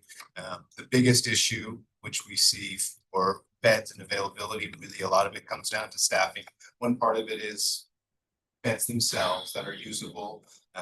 So if you have something like a plumbing issue or something that could shut down a few rooms, but you could create it if you have enough staffing. Right now, whenever we hit about 30 youth, that's when it starts to get tight, mostly from the staffing standpoint. We try really hard not to send youth out to Martin Hall. We had to do that this early part of this summer when we were getting over the 30s. As a judge, I'll tell you, I don't want to ever have to think about the actual numbers. I want to think about the case and the youth. I don't want someone not being detained who needs to be just because we've got a high bed count. But you know, in terms of the practical side of it, if you have the right amount of staffing, you could certainly utilize that. And I think you could set the bed rates up. That's just on the state side, and it may be more worthwhile for individual counties comparatively speaking to look at what Martin Hall is and have those compared. So there's some, I think, room for that conversation. Again, it's dependent on more than just beds, it's dependent on people. Because the liability is enormous. That is certainly a possibility to explore, and I think we're already doing it on some level as we're negotiating with the state. Well, and as you know, Grant County did that, pulled out of Martin Hall. And their kids are going to Chelan Detention Center. And there's 20 detention centers in 39 counties, so it is. Counties have contracts with each other, so it's doable. It would come down to a population control, population management. Do you think that we could staff up our facility to meet such demand in theory? If that dream scenario could be worked out. It clearly is a dream. We almost got there, you know, this having to rescind this conditional offer, we are almost fully staffed for the first time in years. And I will tell you, I was surprised when the compensation study came out. Well deserved on probation counselors. What I was surprised is it did not come out in the detention center staff, the correction staff. They make 10,000 less than they do in the jail. They can walk across the street and make 10 grand more. And they're doing hiring bonuses, which, you know, was denied from my facility. So those are conversations we could have. I would love to look at the salary increase, but we almost got there. Things are changing in the market as far as employment, so it is getting a little bit easier. I think we might be able to do it. So are you saying it's new that Martin Hall is included in your department's budget as a expense? Yes. So where was it Maybe before? last year, I cannot say. We don't hold the contract, the county holds the contract, so can't say that. Was it under outside agencies? So that's always been juvenile. It's Martin never Hall? been on outside agencies list. It's never been on that. It's always been in, but it's always been in, well, always, since I've been here, I think it's always been in juvenile. Was it seen? Because my 34-year business manager had not, that's what's new. Had not, no In experience. PeopleSoft, we had a lot of separate cost centers for things, so it had been in a separate cost center, but it was always rolled into the juvenile agency for the commissioner's review to understand everything, that all the dollars that are spent on juvenile detention and juvenile services. Okay, so that's one, it wasn't probably visible to. Right, okay. So it's an expense that wasn't visible to the department, even though from a budget office perspective, it was still sitting there. It's kind of like the revenue issue that the others have had. Okay, well, Franklin County is exploring options, and if they join Martin Hall in some fashion, that could help with the annual bill potentially. So I jokingly offered if they wanted to take our place in the consortium, that we might pay their entrance fee. And I didn't get any bites on that. Yeah. Similar to Grant County, Yeah. we brought them in. Yeah, it was Contract. Brian Danzel, who's now working for Franklin County, who said he supported your push previously on the Martin Hall board. He wasn't the problem. Yeah. So was the problem. Did you ever touch base with Brian? No, I haven't heard back from him. I mentioned it to Commissioner Jordan. He's, as any conversations come up at Martin Hall. Last year's 2025, this year's budget for Martin Hall is $456,000. Or potentially no utilization, or very limited. And it's the first time we've used it in years. We got to the point. Oh, my. How many years are left in our 50-year contract? It has no termination on it. Well, no, but it was a 50-year contract, right? No. No, 99 years. Oh, I thought it was 50. No, there's a deadline on it. It goes on until we're all dead and buried. God, what a joke. Mhm. Who would have signed that agreement? Not me. Well, Okay, well, thank you. I know we gotta get moving on to. Can I, real quick on this Yes. one, so obviously this is a whole lot of pain posed, it sucks. In terms of ultimate decisions, do we anticipate we'll have some level of buyback ability towards the end of the budget process to at least think about adding some of these back? Jeff, that's a question from a process standpoint. Yeah, we will, once we get through, we're keeping it running. Kind of putting all the requests on the one sheet. I can send it around periodically so you see it. And once we get through all of the general fund departments, we'll bring it back and see if you guys are ready to start making some of those decisions based on the sales tax estimates. There'll be several million of buyback potential, but you'll probably have double or triple the requests for each dollar. Well, I was just gonna say, we appreciate this is tough. I know that we kind of started this early on the Trotsky and Becca side and that as well. And so we know that you all are making really hard choices and just appreciate the conversation. And all I can say is whatever we got to give, we're gonna give it 110%. So appreciate you and tough choices you gotta make. I appreciate all the efforts, and I would just state that when we did the 1/10 of 1% was passed for the juvenile detention facility as well as the jail facility, so this is something to be looking at. I mean, it means it takes away from somewhere else in the general fund, but that's what we're seeing. You can see it on. As we. Thank you. Thank you all. Thank you. You can get back to trial. Judge, this where we. Thank you. Do calls. you already filed it? yeah. We got too many cases. Gotta get it done. I know, right? They're just sitting there. Where's the judge? He's begging for money. Here comes the judge. Which we'll do similar to what we did last year, where here's the available funds that have a program that if you're like asked to then start going through. Yeah. Sort of process at all.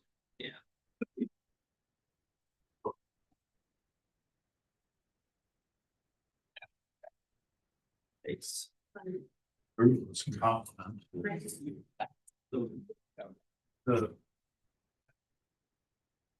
Oh, I just, Becca's gonna continue to go away.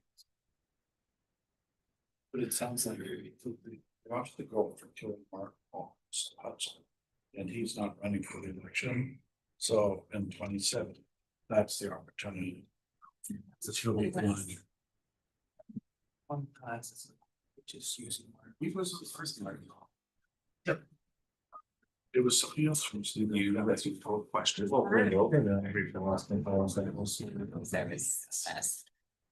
$200 a day. That's what's the big obstacle. Or something. He said in a public meeting in Wasack, I'll never agree to do any business with you. Yep. Well, Okay. would like me to kick this Yes, off? let's kick it Well, off. as the acting director of scraps, I just want to make sure you guys all know the team, Lynette Brown, Dobbs Boyle, and Chris Miller. So they put the budget together. And what I'll highlight quickly, and I don't want to take their commentary away, but what you'll see in the budget right now for scraps is all jurisdictions, assuming they will sign new interlocal agreements. Everyone has them. They sent them out in September to every jurisdiction. I'm working with them on scheduling some time to review the interlocal agreements, ask them questions they have. So the team has built in the revenue forecast, assuming these new interlocals will be signed. And at the new model for service costs. We, at this point in time, a presumption is that the city of Spokane is part of this into 2025 or 26. I have, as of, I think 2 weeks ago, sent another request for the city to please let us know, and we need to know by October 1 whether you're going to sign a new interlocal with us or not, because we are, as you all know, right in the middle of our budget, and we have to make some decisions, and there are significant operational impacts to scraps to be able to figure out in or out. And the team is also working on an alternative budget. Once October 1 comes and goes, we either hear, yes, we want to be part of it, or no, we don't want to be. We will come back in front of the board and share with you what a revised budget would look like with City Spokane out. So that'll let you all run through it. Welcome in. All right. So our overview. So basically, we kind of want to break down our agency summary. 2026 budget. We are expecting a full renewal. So we're expecting the city to renew with us and maintain the original model. Current conditions and projected costs, and then we'll give some opportunity for some questions and answers. So if we can move, Say what the original model is. So the regional model. Oh, regional. model. Yeah, original regional, Meaning the new funding model. new funding. Okay. But still, Assuming still regional. yeah, Okay. with all of Thank our you. jurisdictions renewing with us. Okay. Why? Why are we assuming the city would renew with us? Yeah. So I asked them to build it right now, and based on the October 1 request from the city to let us know, we will have a different budget to come back with you based on what we hear. Okay. That's 9 days. Yeah, no, I was just curious, what motivated you to think that they would want to be part of it? We just wanted to be able to give a view for the commissioners on how the new interlocals would structure in terms of our financials. And we'll have a alternative one to share with you if that's not the case. Okay, thank you. So current agency summary. So again, we have built it where we're expecting the same the revenue to come in and the same expenditures to match that. So all that's kind of a little bit more broken down within here, not to get too into the nitty gritty, but also maintaining our expenses from 2025 to next. So no increase, but hopefully through an increased amount of licensing compliance and more people adopting, crossing our fingers, we'll see an increase to that revenue as well. All right, next page. So 2026 budget, so our current submission, yes, still maintains the regional model where all cities renew their contracts at the new rate.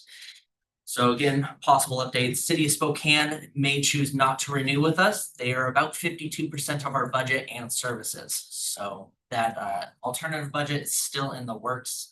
Unfortunately, I don't have anything to present to you today, but our expectation is the city would renew.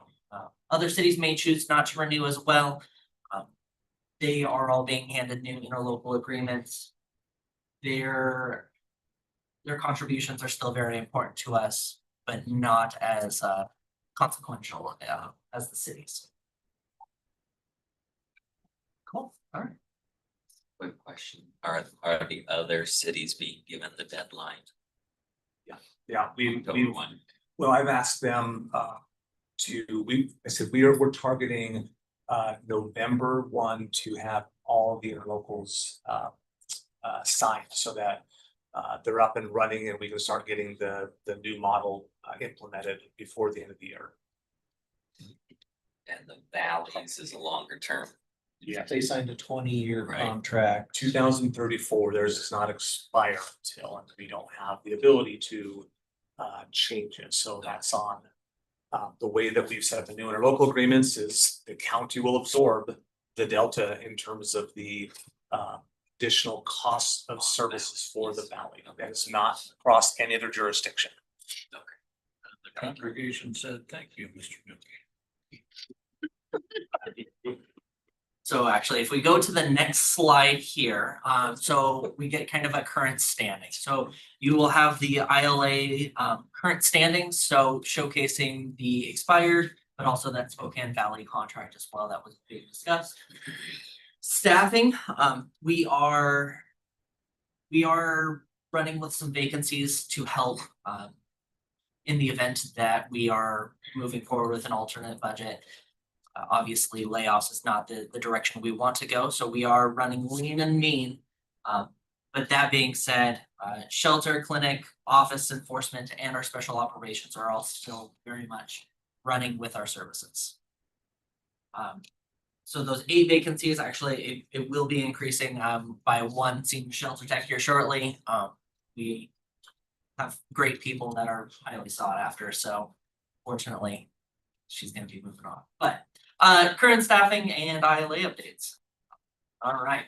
One thing, commissioners, I don't think we had made it clear when the team presented the new interlocal agreements.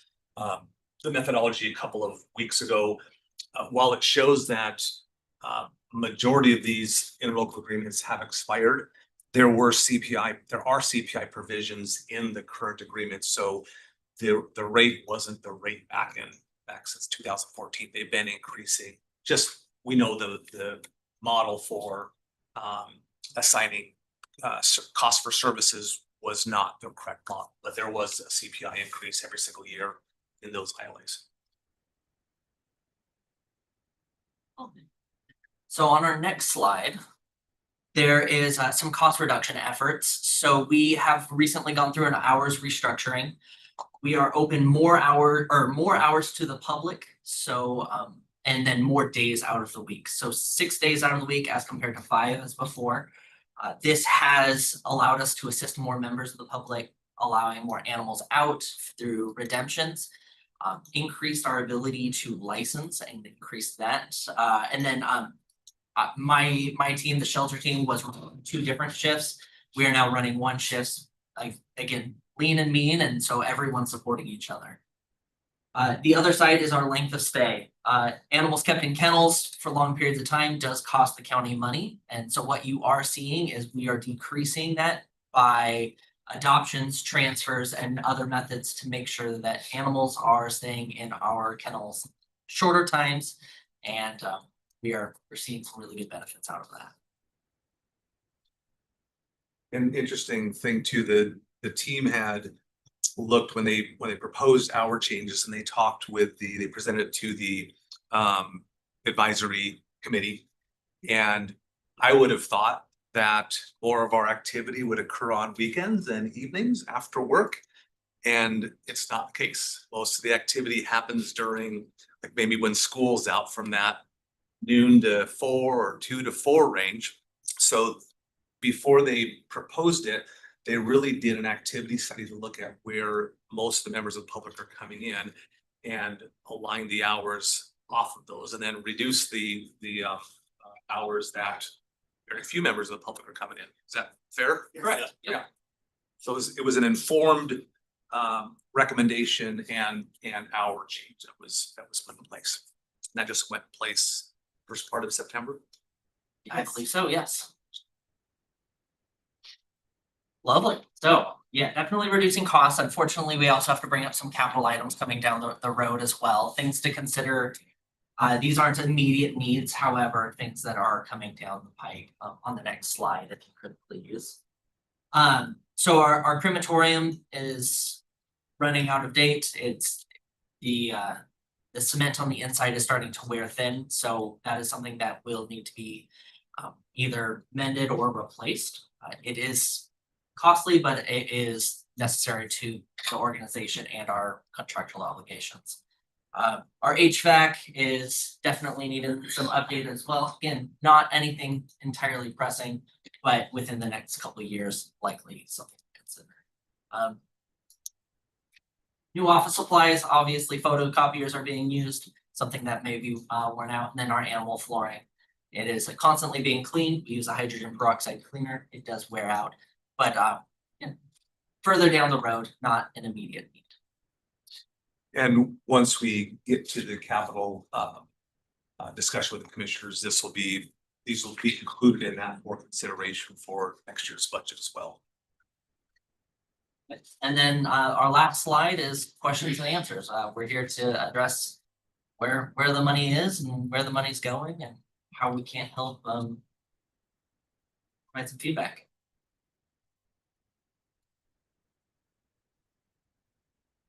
One of the capital items, remember a couple of years ago, we had talked about was building an additional structure kind of behind or something for overflow. Absolutely. That did not get constructed yet. No, right? it- And I know that's not on the list, so are we? Is it still needed? I would say at this time, it's not a consideration. And Okay. we have the space that we have, and Okay. that's what we're operating with. Okay. And that was never funded. The Yeah, commission yeah. never prioritized Yeah, that. no, I know, but I remember that being Yeah. was an item we discussed, Yep. pretty in depth about it. Yeah.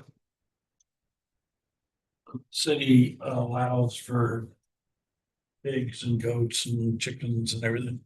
How much interaction is there between scraps and those other animals as opposed to just dogs and cats? So currently Title V as well as the city of Spokane's animal control ordinance is 1074. They don't have any at large, so like there's no animal control ordinances for running at large for livestock that are in either the county's animal control ordinances or the cities. So the manner in which we typically deal with exotics or livestock is animal welfare, neglect, cruelty investigations. So since I've been at Scrap, so we had a seizure out in the county where it was 171 animals, and majority of those were chickens, horses. When we get cases like that, we logistically plan with sanctuaries, other rescues, things of that nature leading into those types of events. But yeah, currently we don't really have appropriate housing for those types of animals, but we do investigate animal fighting, so cockfighting, as well as, equine neglect, goats, cows, but we're not doing that. If they're out running loose, we don't go pick them up and bring them back to the shelter. Okay, thank you. We don't have housing for horses. We don't have beer for them either. No. We did use the fairgrounds too. Yes. Yeah. Couple of things as the commissioners are considering any other questions. I just want to highlight some of the things the team has been doing. Obviously, we know the financial imbalance that we have had historically in our budget and our actuals dating back to 23, where we were in the red to 1.3 million for a couple of years. They've been really looking at some cost containment measures, veterinary services, third party. That was kind of an unchecked, uncontrolled costs. They put in cost caps on those so that our third party veterinary services are not running really expensive for us. They've implemented technology with our APOs. They were previously handwriting citations, which makes it very challenging when it gets to district court to have them follow up on it, or municipal court. And now Chris has implemented Sector, which is a electronic ticketing citation system So they're able to do things a lot more quickly with individuals that are coming into contact with. They're also have greatly improved our follow-up on dangerous dog investigations, which was severely lacking many years ago. Also, there's been a number of, and you've been aware of animal seizures when we have had to go into reported areas where we've got reports of animal cruelty and inhumane or unsanitary conditions. That creates a lot more activity and volume, but it's the things that we're supposed to be doing and have been doing really well. One thing that the commissioners will see coming up in the next couple of weeks is some recommended changes to our county code. It's really around kind of the commissioning. Right now, our APOs get specially commissioned from the sheriff's office, and it's really not necessary. So Matt's team has looked at this quite a bit.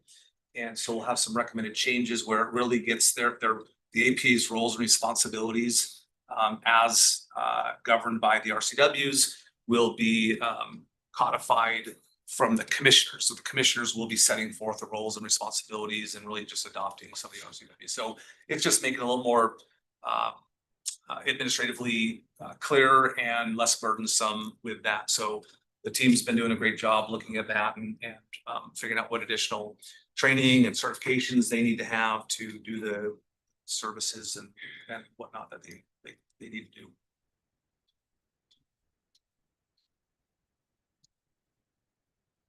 If any of the other jurisdictions commit to signing the ILA by a certain deadline, do we know what will happen, or is that to be determined? Whether they will or not, we haven't gotten any indication that they haven't, that they won't. But as I mentioned earlier, I'm starting to get requests for meeting, coming to city councils, having us present, answer questions, and I've let them all know we will make ourselves available as they have questions on the interlocal agreements. Certainly the cost for every jurisdiction is going to increase. Some are nominal, some are a little more impactful. I've also let them know that if they have ideas for ways that we can keep our costs lower, we're open to them. There are some things that we have to do as an animal protection and control agency, but there's a number of things that are more discretionary. Veterinary services, hours of operations open to the public and whatnot. So we're looking at those things. What I can say is it will get more expensive for any jurisdiction who does not participate. And it'll get more expensive for all those other jurisdictions that are part of our regional model if any one of them don't participate. The smaller cities, not much of an impact, but our alternative budget, when we hear back from the city of in or out, if they're out, our alternative budget, in order to maintain costs that are consistent with what what we've shared with all the jurisdictions, we will likely have to make some significant changes to our operations, hours of service, service levels, responsiveness, all that sort of stuff.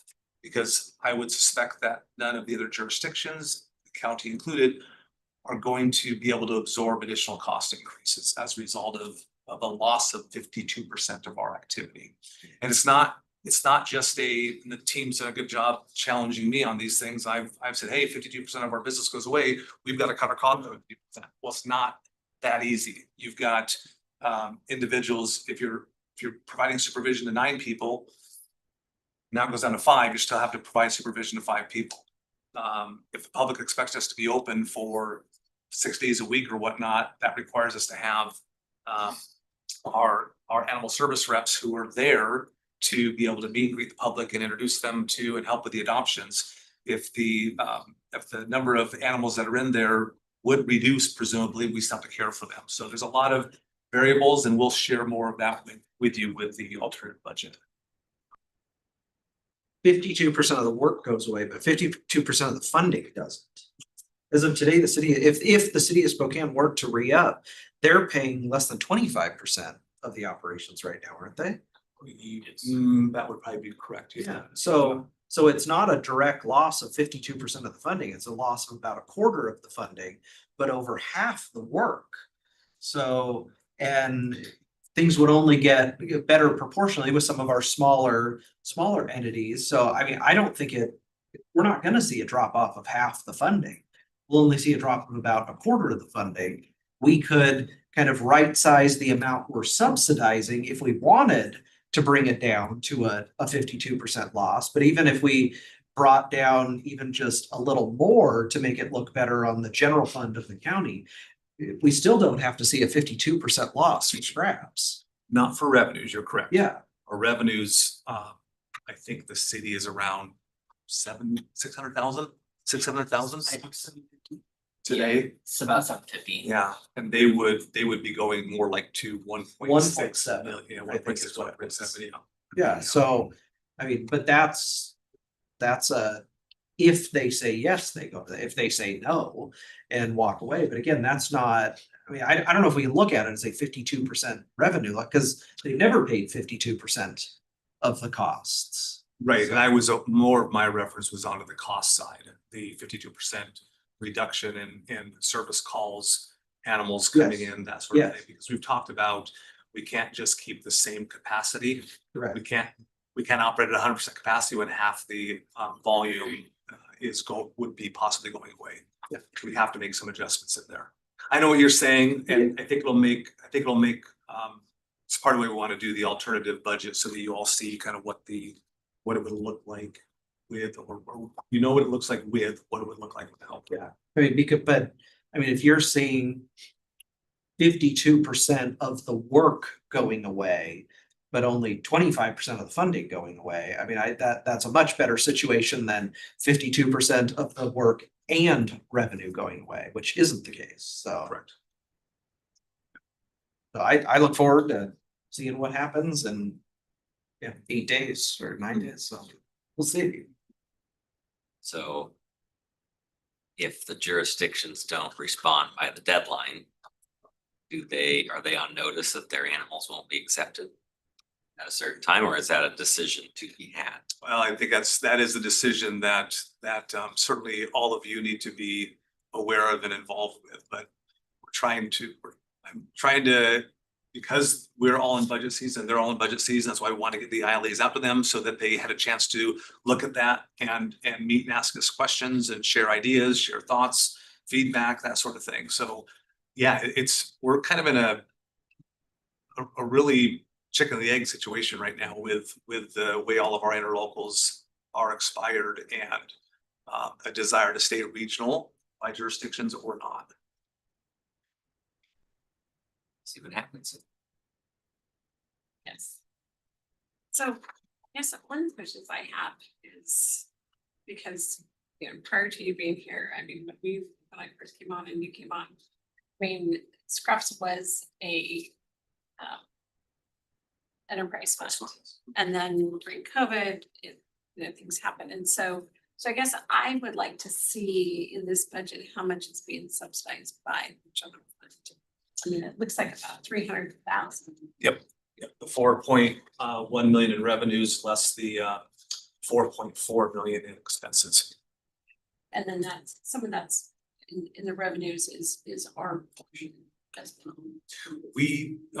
No, we don't actually charge ourselves for services in here. These are, we don't include unincorporated services as a charge. It's just the net is what we're actually paying for.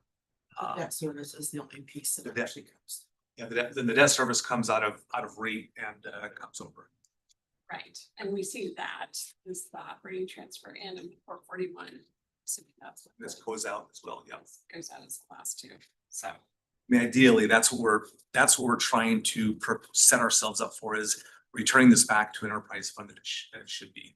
And so the future. But we should still be paying our own user fees. Yep. And so that would, if that's the direction the board wants to go, once we've level set these operations, I would see a general fund cost for animal control that would be transferred over to scraps. And then you would see a revenue in an enterprise fund. That's ideally how it should be set up. Yep. Okay. And that would reflect the unincorporated usage in theory. Essentially, yes, exactly. And we're getting closer, so I think in the past we were much more. Yep. So thank you for all that hard work to get it back to there, because it kind of got a huge drain on the general fund, which was not the intent of it. So appreciate all your work. Any other questions? Okay, thank you.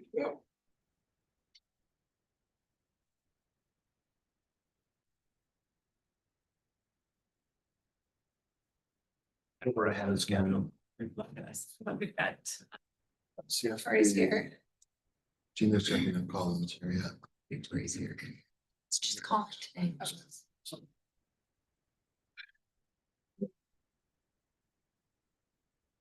Oh. Yeah. Do you think you're spot on?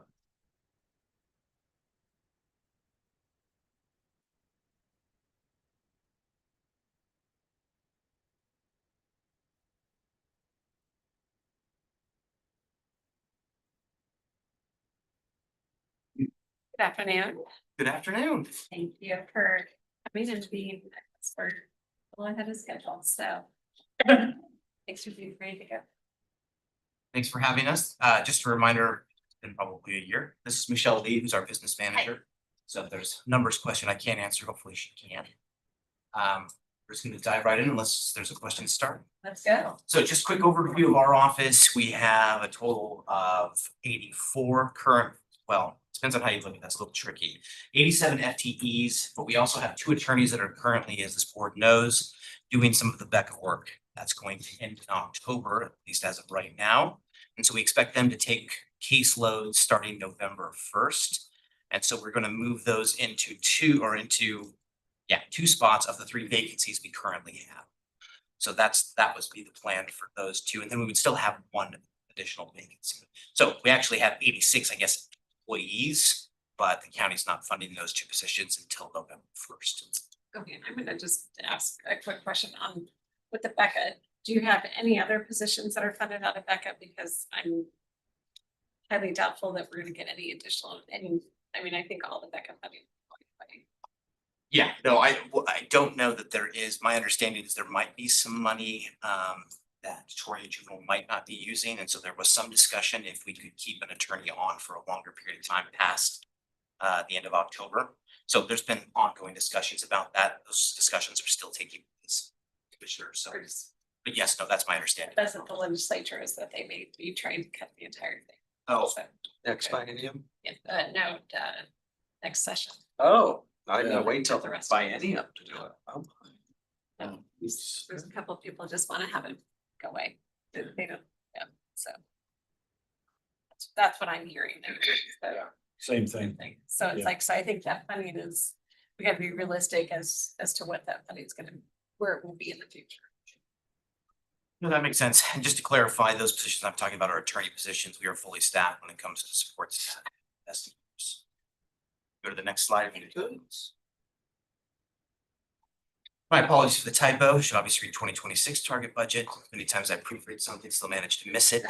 So sorry for that. Just a quick slide showing you basically is what many of you, if not all of you, already know, is that primarily the expenses for our office have to do with salary benefits. So that's all that shows. Next slide, please. So our ask is to maintain the current number of FTEs, which would be 87, that we currently have to meet our legal obligations to represent the indigent folks of Spokane County. So that would mean with M&O proposed budget of $11,252,653. Our target budget was $10,772,000. So the ask is for $480,653. That basically is salary and benefits for 4 attorneys. So the next slide is going to show you what it looks like if we choose not to fund those, or whether you guys choose not to fund those positions. We can have the next. So it'd be a loss of 4 attorneys, a number of attorney 2 positions, which are felony positions, and then attorney 1 positions, misdemeanor folks. And essentially here, this is all, by the way, based on the current case credit or case weighting system. It's a different number, and I've done the math just on the side in case we want to do that as well.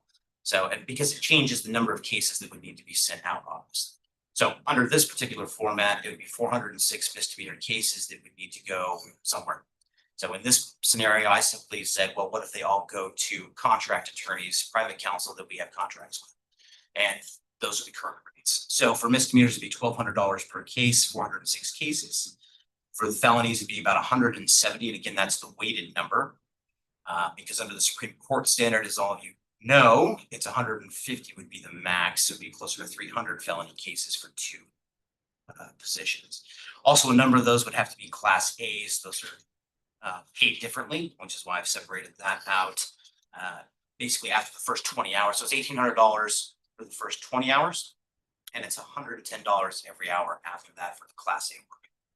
So that's roughly where I get the number. So total cost would be $917,200. And the county cost, again, we're asking for is the $480,653. And essentially, this is poorly worded on the slide, but the difference is what I'm pointing out to in the last bullet point there, which is $436,000. So it actually costs more money to not fund the positions. Again, this is the one big caveat to all of this is assuming you could find private counsel to take all of these cases. As you'll see later in some of the slides I'm presenting, that can be difficult, that can be challenging for a number of reasons. You know, certifications is an issue. Any private attorney that's taking cases for the county, they have to abide by the standards of indigent defense. So ethics that pertain to us, the number of cases they can take, and the certifications. So you can't come out of law school, hang a shingle, and take a homicide case. So there are limits on what they're able to take, even if we had enough contract attorneys to take the cases. Unless there's any questions, next slide. Actually, we can skip that one too. I just wanted to give everyone sort of an idea of background on the counties in Washington, what they're doing, as well as to get into sort of the private versus public expense. That's you're always doing. There are 39 counties in Washington. 17 of those counties have implemented case weighting. Most of those counties implemented some form of case weighting more than 7 years ago. There are 20 counties that currently have a designated public defense agency. Many of the ones that don't, that contract privately, are usually rural, they're usually smaller. And a number of those counties, Clark being one example, although Clark's closer to our size, is moving towards a designated public defense system. I obviously don't know the reasons why they're doing that, but I can guess pretty clearly that it's a cost issue primarily. Next slide, please. This is information that's easily available through the Office of Public Defense, and it gives sort of a breakdown. I picked Pearson Snohomish based on the number of criminal case filings, and the populations are greater, but relatively similarly situated. And you can see by the populations up there, the different budgets for the counties, the number of assigned cases. And the last line says cost per filing. It's really cost per assigned cases. They're close, the numbers are close, but those are actually 7,312 assigned cases. That's the number that was assigned somewhere within Spoke County, is my understanding, talking to the Office of Public Defense. Filings would just be anything that's filed. So maybe it was dismissed, maybe we don't know what the outcomes were. So it's probably more aptly put as assigned cases. And so you can see the cost breakdown there. Next slide, please. So just some of the highlights from that table. Pierce County spends about $15 million more than Spokane and handles about 1,800 fewer cases. Snohomish spends about $7 million more than Spokane County and handles about 2,600 fewer cases. Next slide, please. So this is the breakdown. I will give you a caveat that the variable that I'm controlling in all of this math is case filings, as we all know. It varies, it fluctuates from year to year, and it's not all that consistent. So this is based on 2023 case filing numbers, what sort of the cost would be per criminal file or per criminal case for the public defender's office to handle.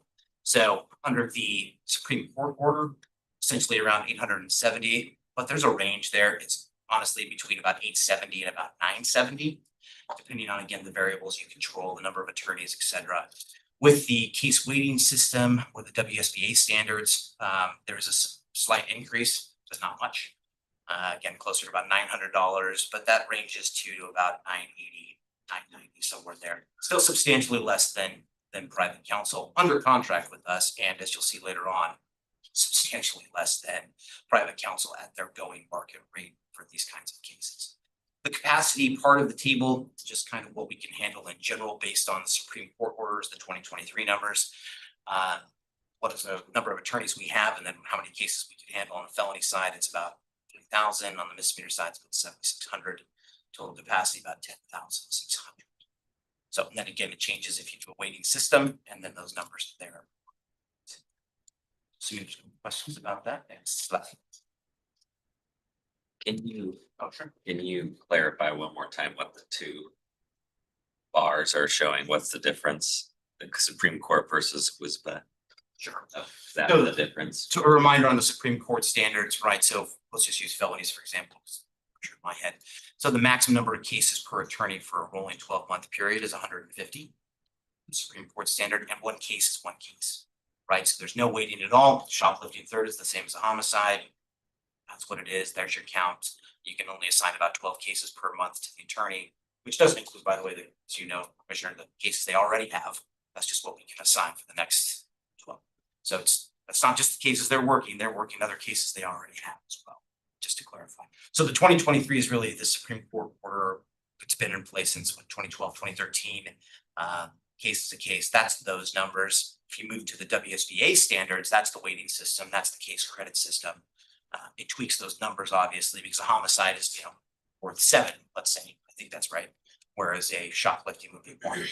And the capacity is just based on the number of attorneys you have. Correct. Well, the number of caseloads specifically.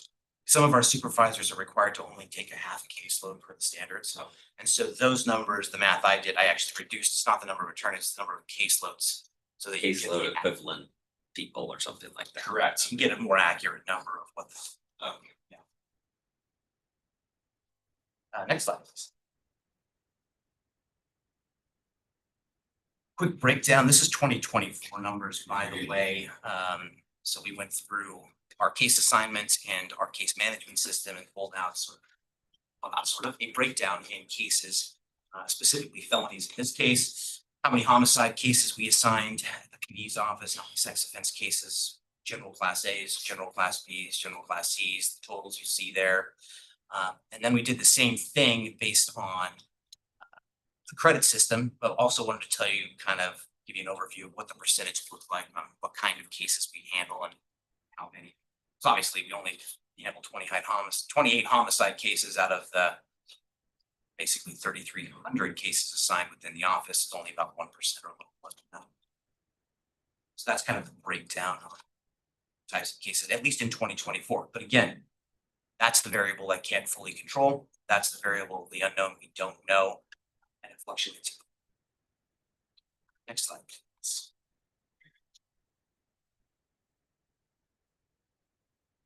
And this is the same sort of breakdown for misdemeanor cases. The misdemeanor high represents DUIs, domestic violence cases. Misdemeanor low would be, again, your shoplifting, your malicious mischief. And the reason I break them down like that is because, again, through a case credit or case weighting system, it's actually 1.5 cases is what it would count for a DUI or domestic violence cases to that given attorney as opposed to 1. But misdemeanor low is 1. So if it's a shoplifting case, it's a case, and that would be reflected in that 650 numbers. And again, kind of the percentages of cases by category, just to give you some idea on that. Next slide, please. And this is a further breakdown of kind of the average caseload per felony attorney under the WSBA standards. So again, not the Supreme Court standards, under the WSBA standards. It would basically work out, again, this is an average, so it's going to fluctuate a bit, and one attorney may have 3 or 4 homicides and not 2, but it's going to be pretty close to this. This is sort of the breakdown of what that looks like. I included also, since it's part of the discussion and we've talked about here before in meetings in the past, that basically the hours do matter. It's an ethical consideration. Then we have the RAND study, the Washington State Bar Association study, on how long the average amount of time it takes to complete certain kinds of cases. And obviously, you can see there that the homicide takes the most time in this scenario. I didn't include the third strike cases on here.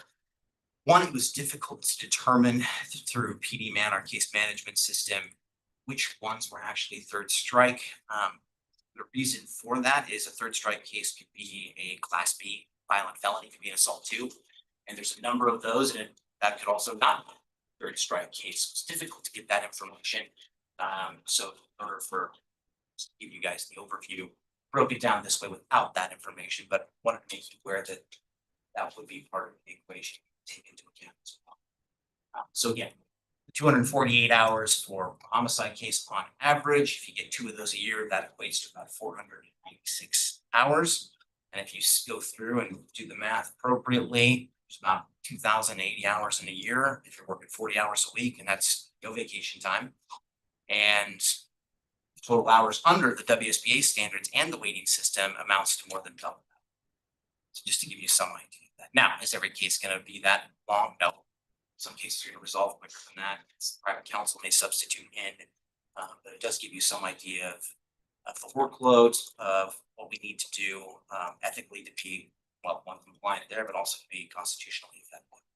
So that's why I included that slide. If there's questions, the next one.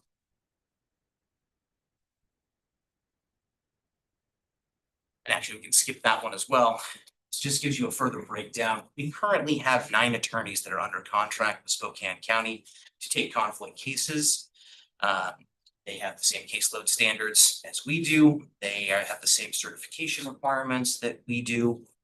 Again, meaning that you have to have a number of years of experience, tried a number of different cases, some more serious cases in order to qualify for the most serious cases.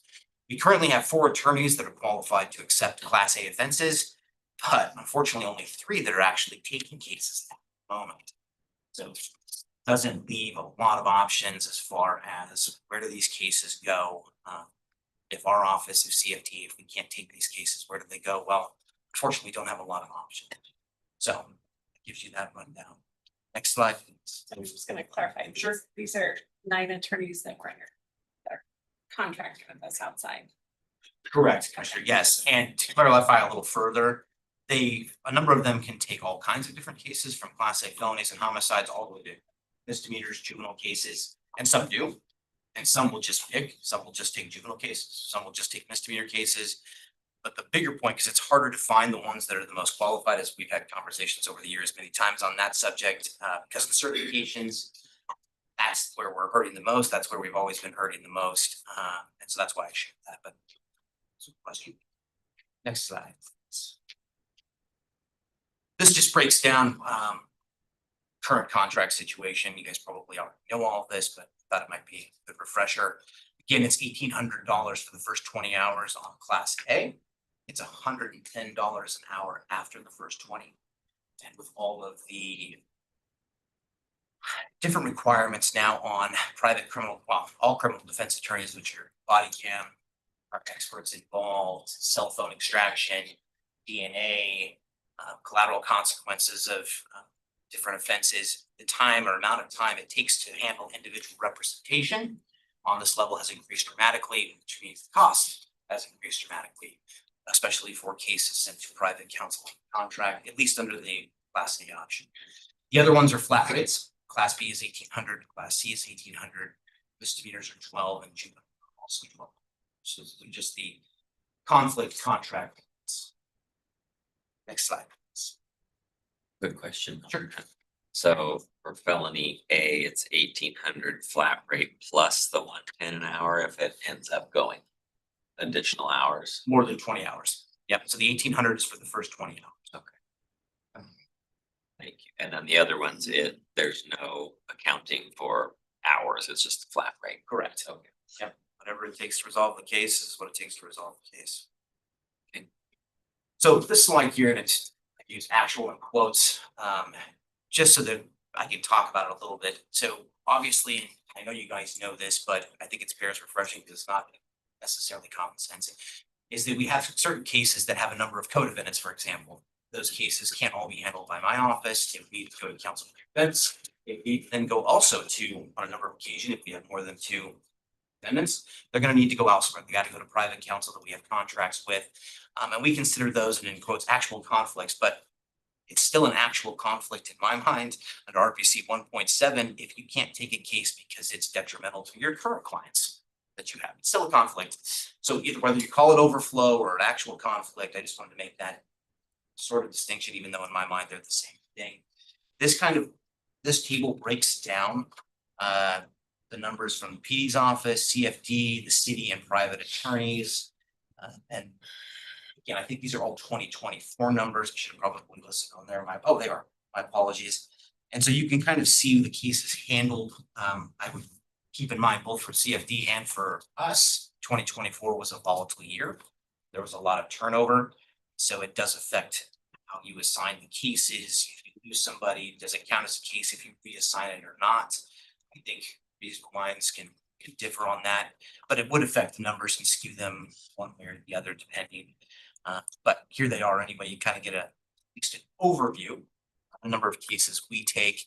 You'll notice the city PD's office does take some felonies. It's mostly just Brian Raymond who enjoys the work, and he just gives me a call and asks for those. That's not part of the MOU. That's not typical. They normally don't. There's no obligation for them to take those. They just choose to occasionally do us a favor. So that's what that number is. Otherwise, they do handle our misdemeanor conflict cases. And you can see the numbers up there. It's looks like 100 cases.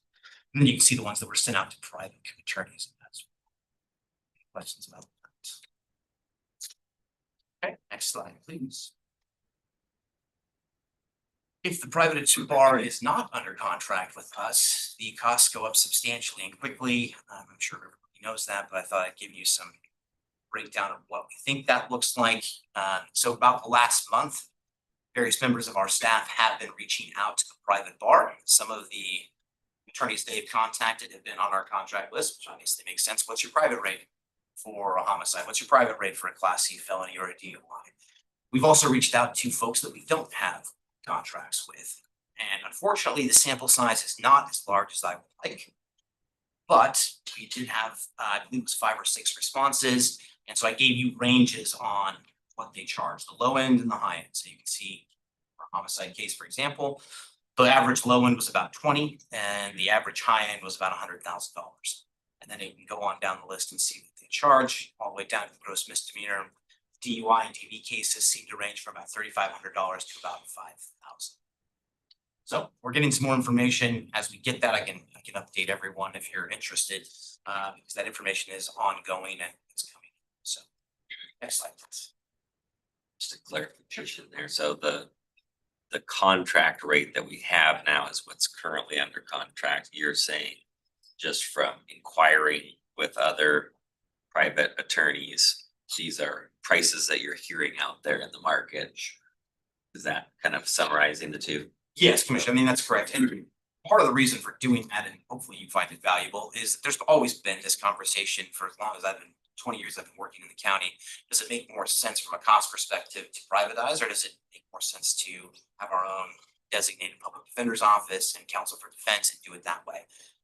My argument from the numbers, at least now, is pretty clear that it's way more cost effective to have this way than the other, which is kind of what I wanted to present here, the market rates. And it's also part of the reason why we can't, in my opinion, add more private attorneys to that contract list. If you're making, a lot more money charging a higher rates, why do you need to take a contract with the county? So, and this is just a breakdown to hypothetically, what if you couldn't assign to the contract attorneys, you just go outside that?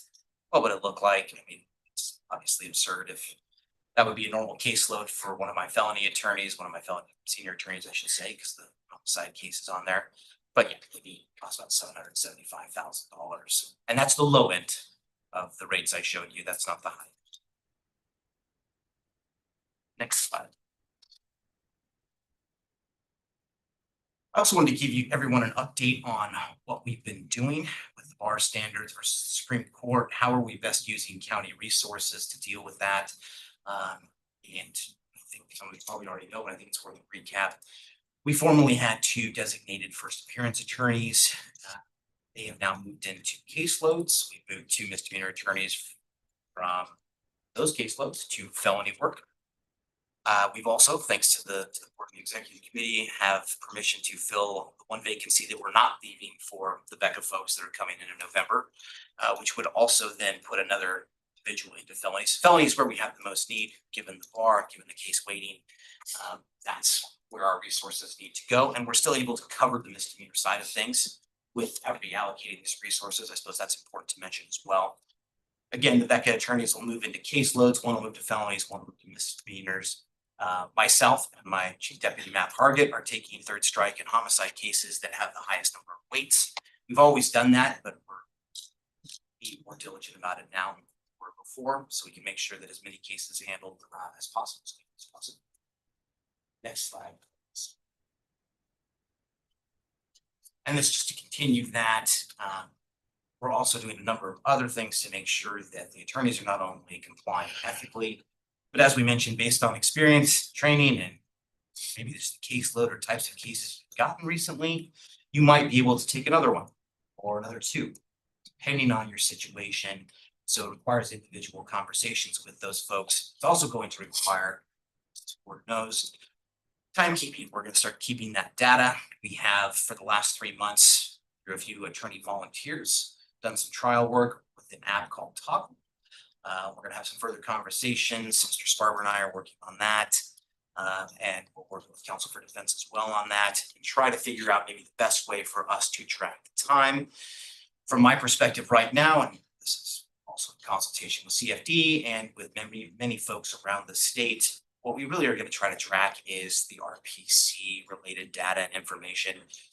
A lot of that is overlapping with performance anyway, but it's going to be competence, it's going to be diligence, it's going to be communication with clients, how often you report, it's going to be motion practice. So we're going to try to track all of that, get some meaningful data on, all right, well, how long is it actually taking for these attorneys in these different scenarios to work these cases?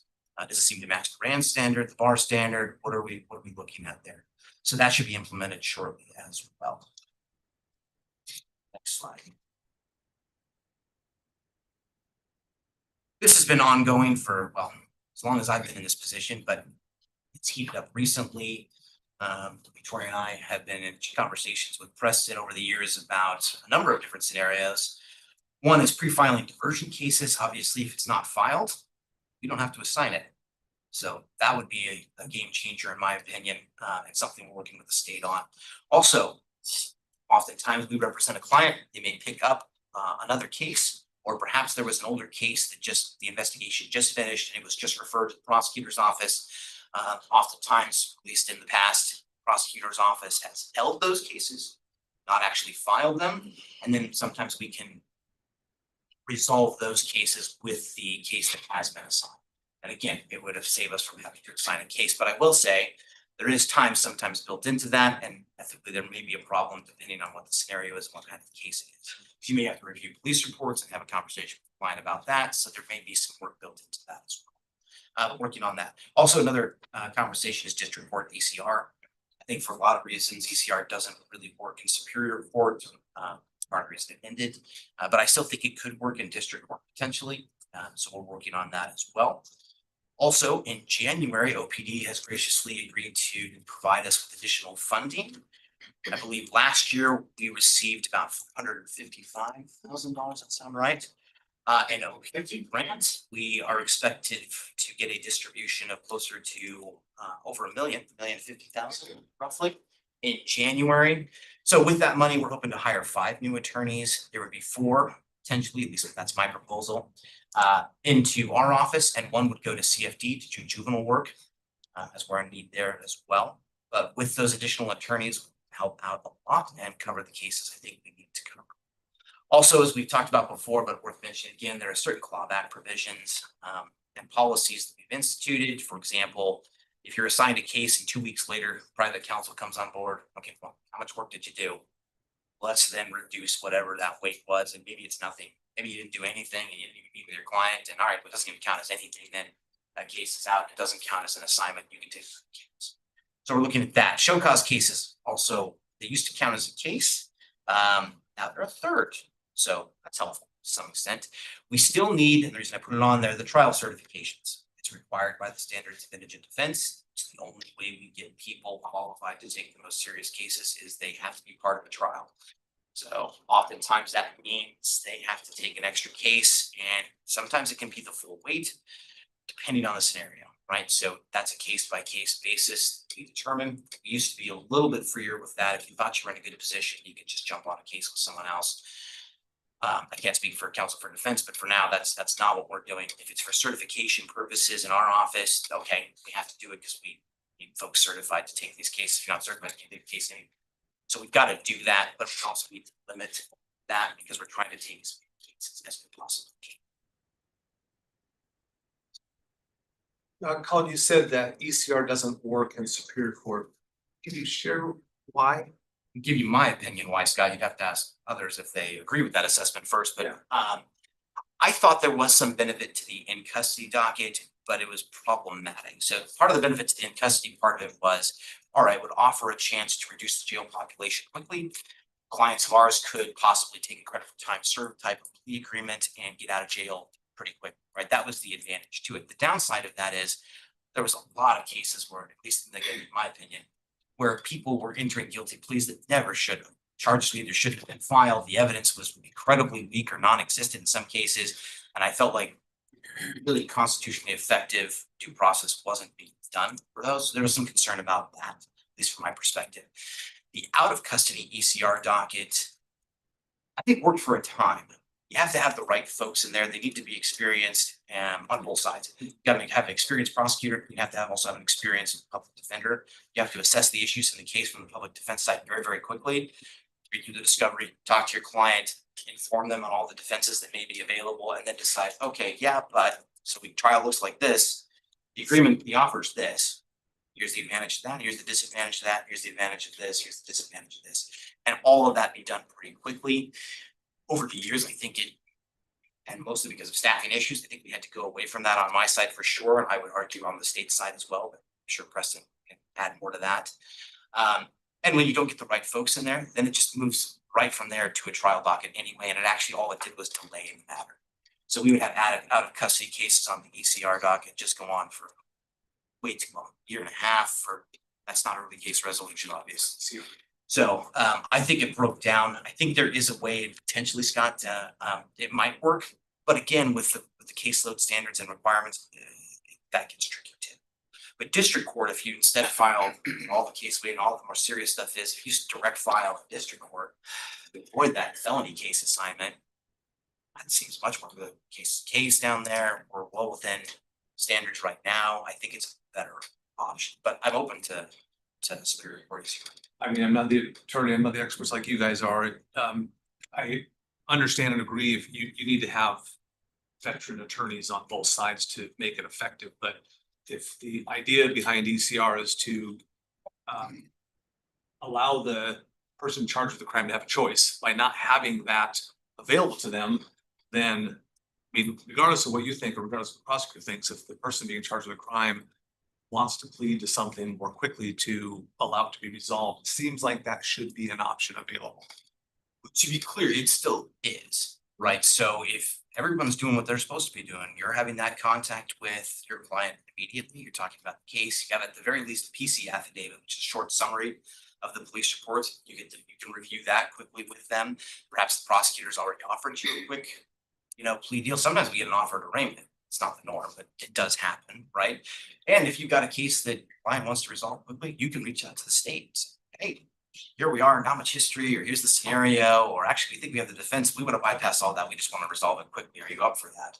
So it still can happen. But I think your point's.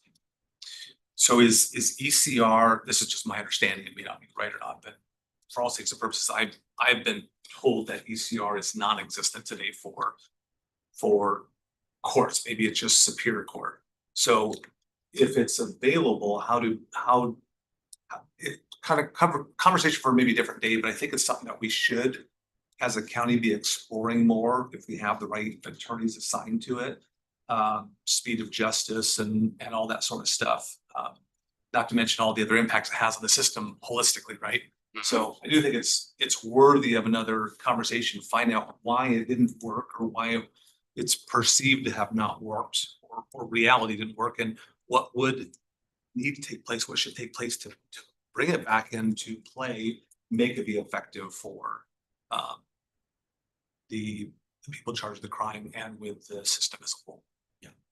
I'm up for that conversation. I think you're right. I mean, well, at this point, I mean, everything we can.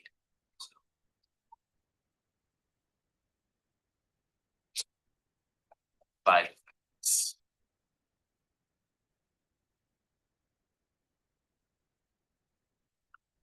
this is my last one, just sort of all the things we're dealing with. I know caseloads and Supreme Court standards, bar standards, ethics, civil litigation issues potentially, and just justice in general and community safety. Just give you a quick overview and questions after that, but obviously what we're trying to do is get the best outcome possible, right? We're obligated to provide this work. We're obligated to represent folks that don't have the money to hire private counsel. And we're required. So how do we do that the best way we can? Well, we've also got the ethical part of it. In order to be effective, in my opinion, we have to, more than my opinion, it's others as well, in the courts. You've got to be ethically effective. You got to be diligent. You got to be competent. You got to communicate with your clients. You've got to do everything you need to do on an individual level to be effective. Obviously, if we're unable to do that, that creates problems, and this gets into our standards, Supreme Court standards, caseload standards in general, and then it leads to potential litigation issues, grievances with the union potentially, ineffective assistance of counsel claims, all kinds of outcomes that obviously do. So also you get longer delays, right? The more efficient we are, or the more, phrase that, the better we're equipped to handle the cases that we have, or we can put into those cases, the quicker they're going to be resolved. If you're able to work your cases in an effective manner because you're not overwhelmed and overloaded with more cases that you probably shouldn't have ethically, then you're going to get quicker outcomes. You're going to get time to resolution better. You're going to get reduced costs in the jail because hopefully folks are moving on one way or another, either released or prison, but out of Spokane County one way or the other. Also, right, if cases are not going to take as long to resolve, well, then that's better for everybody in general anyway, for the community, for the victims, for their families, and for the accused. Everyone benefits for things happening a little bit more efficiently, and certainly if it's more effective. The only way to do that is to be ethically compliant, and then you can be constitutionally effective. But anyway, I wanted to put up the categories because I know we've had broader conversation in the last few months, and I didn't know if there are specific questions I can answer on any of this, but that's what I have for So, last week, Sachs, one of the directors, and legislative steering committee met. And, one of the, topics that was raised, and I think, some counties are going to explore it in more depth, is, can, the legislature adopt legislation to establish caseload standards and how that's going to be regulated and monitored and stuff, and basically provide the court the direction that the legislature wants to see with regard to the public defenders, as well as the PD prosecutors. Commissioner, you're saying that's being, if I can ask a question, are you saying that's being talked about? Yes. And your question to me is, can the legislature Do that, yes. Might take Matt in on this one, but well, they could certainly do it. Whether or not that would be upheld or not, I think is a different subject. Also probably depends on what they're based. As part of the issue again is the number of hours it requires to do some of these cases. What's the caseload? What's the standard? What's the number of cases? So I guess it would depend. I don't know, Matt, if you've got a better answer for the commissioner. Yeah, it's hard to speculate on the hypothetical, but I think you'd have a separation of powers argument at a minimum. Well, and so the litigation with regard to end of the defense is moving forward. And we're just waiting for the court to establish a date to hear. That was a different question. That's on the funding. Yes. So we're optimistic about that one. We are optimistic about that one and stuff. So I'm just trying to, I mean, a lot of people talk and you don't know whether some of it's real or not, or just wishful thinking or aggravation.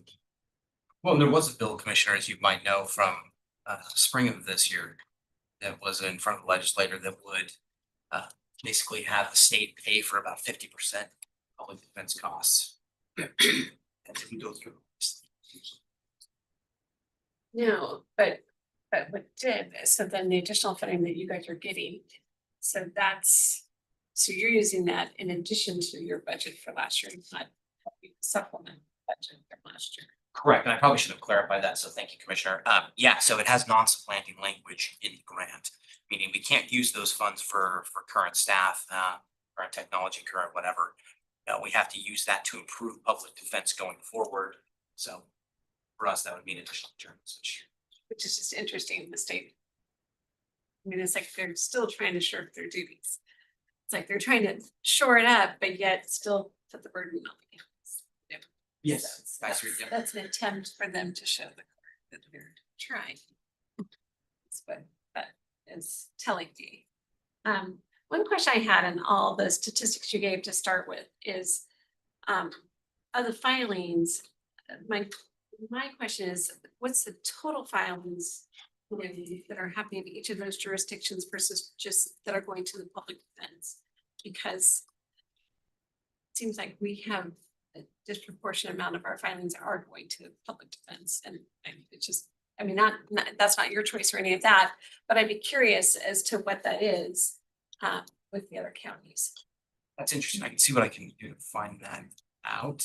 And I But think we should be able to find it out through the, as I said, 20 do have designated public defense offices of the 39 counties. Right. but it's like, say 100 cases are being filed. 90 of those cases coming to public defense and only 10 not? Sure. Or is it 50-50 in Snohomish County? I imagine it's pretty similar, but I'll do some work and I'll. I'm just curious, because then it shows the burden again that's coming on the county. No, we're clear on that, Commissioner. I mean, I think the state needs to be, sorry, Matt. Go ahead, you can finish. Nope, that was all I was gonna say.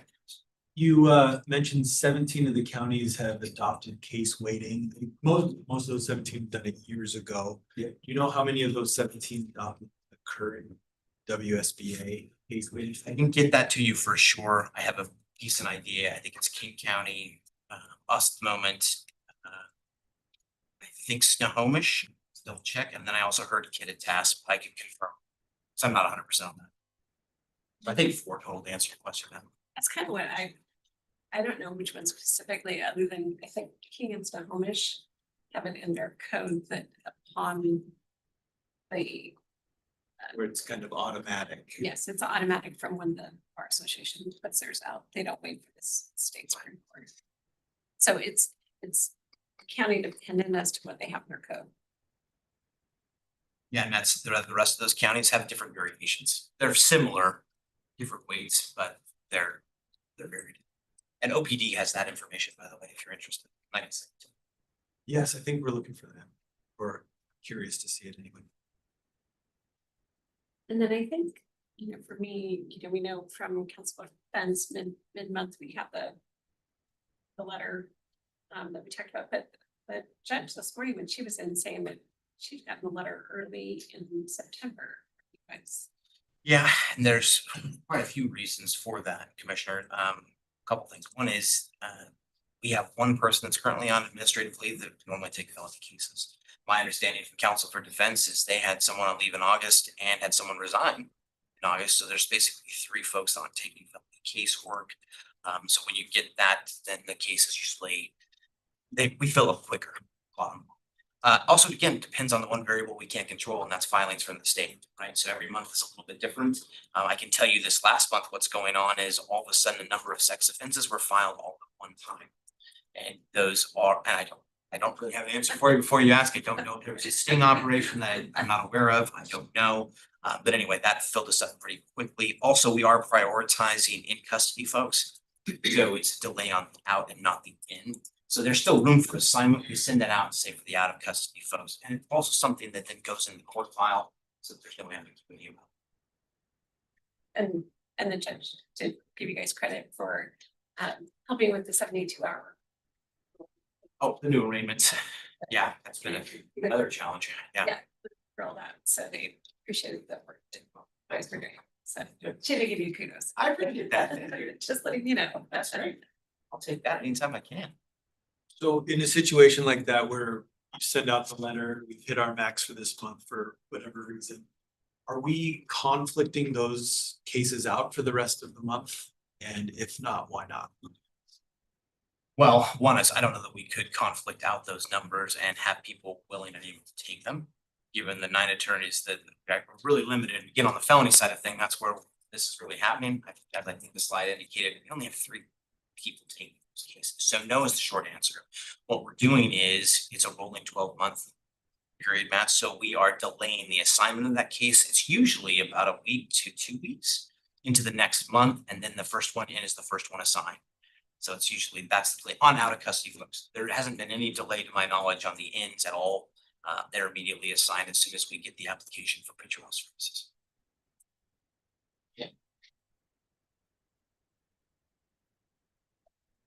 Colin, what's happening with chins and at-risk youth right now, attorney assignments? I'm hearing it's a little bit of a hot potato. I don't know all the details around it, but if they qualify for indigent defense, public defender, what's happening with those assignments today?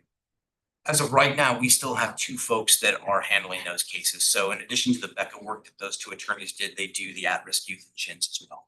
So essentially through October, you're gonna have that's covered.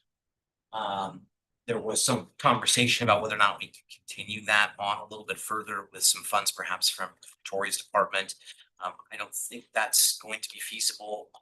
So I don't know what's gonna happen after that. We are still in conversations. We're still in meetings about that.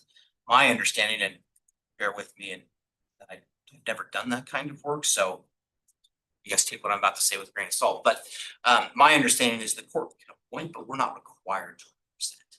So it's a little bit of a different situation than in a criminal matter. So it's a civil case, it's a different scenario. Also, the other, wild card in that whole thing is, what are the schools gonna do when it's just getting started again? Are they gonna file insurance petition? I mean, I don't know the answer to that. Again, if I was their general counsel, I might recommend doing that because it seems to me you have to, but I don't know. So sorry, that's not much of an answer. Well, it's right now, Mike's team of 1 is handling assigning finding an attorney to assign these cases, which is not really their core competency, and it's like, where do we go with this stuff? So we've got to have some different approaches, I think, on our procedural approach to assigning attorney, where the court, I believe, says we can't assign counsel because it's a conflict, whatever, for the court. Therefore, someone needs to, and they land with Mike and Rebecca's literally making phone calls to attorneys to see if someone will take the case on. Which again is just, it's not their core competencies, and it doesn't reside there, and your team handles conflict cases and assigning attorneys. So it seemed like there's a better location for that to land as opposed to Mike's team. Yeah, and I can tell you, it's gonna be difficult to find those folks apparent. I mean, there's not very few people, my understanding, again, this is anecdotal, but very few people in Spokane County have done that kind of work. So yeah, I think it is gonna be difficult to do, but yeah, happy to explore options.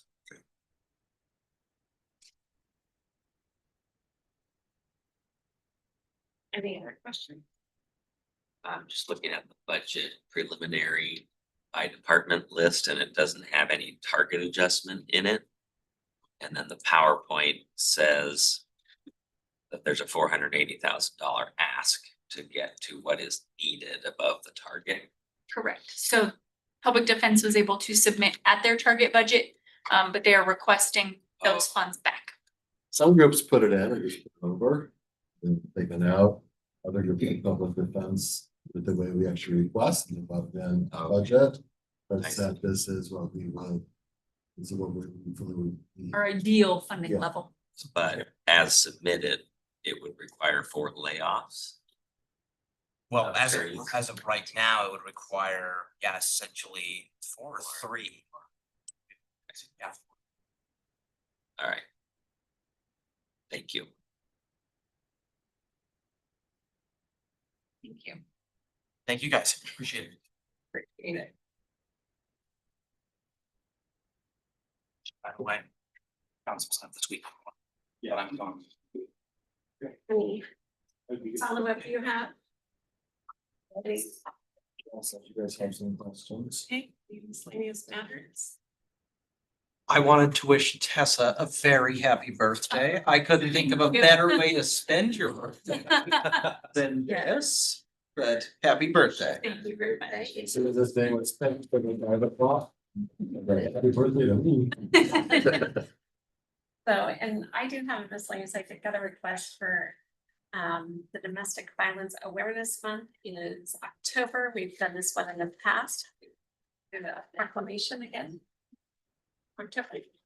Okay, so there are now, Pat Bell, you know you have 4 head nods for that, and we have the proclamation, so. Thank try to you. put that on the agenda. Either next week or the following week, just to, so it's before October, well, next week, so it's before October, so. There we go. Anything else? Okay, we will adjourn for today.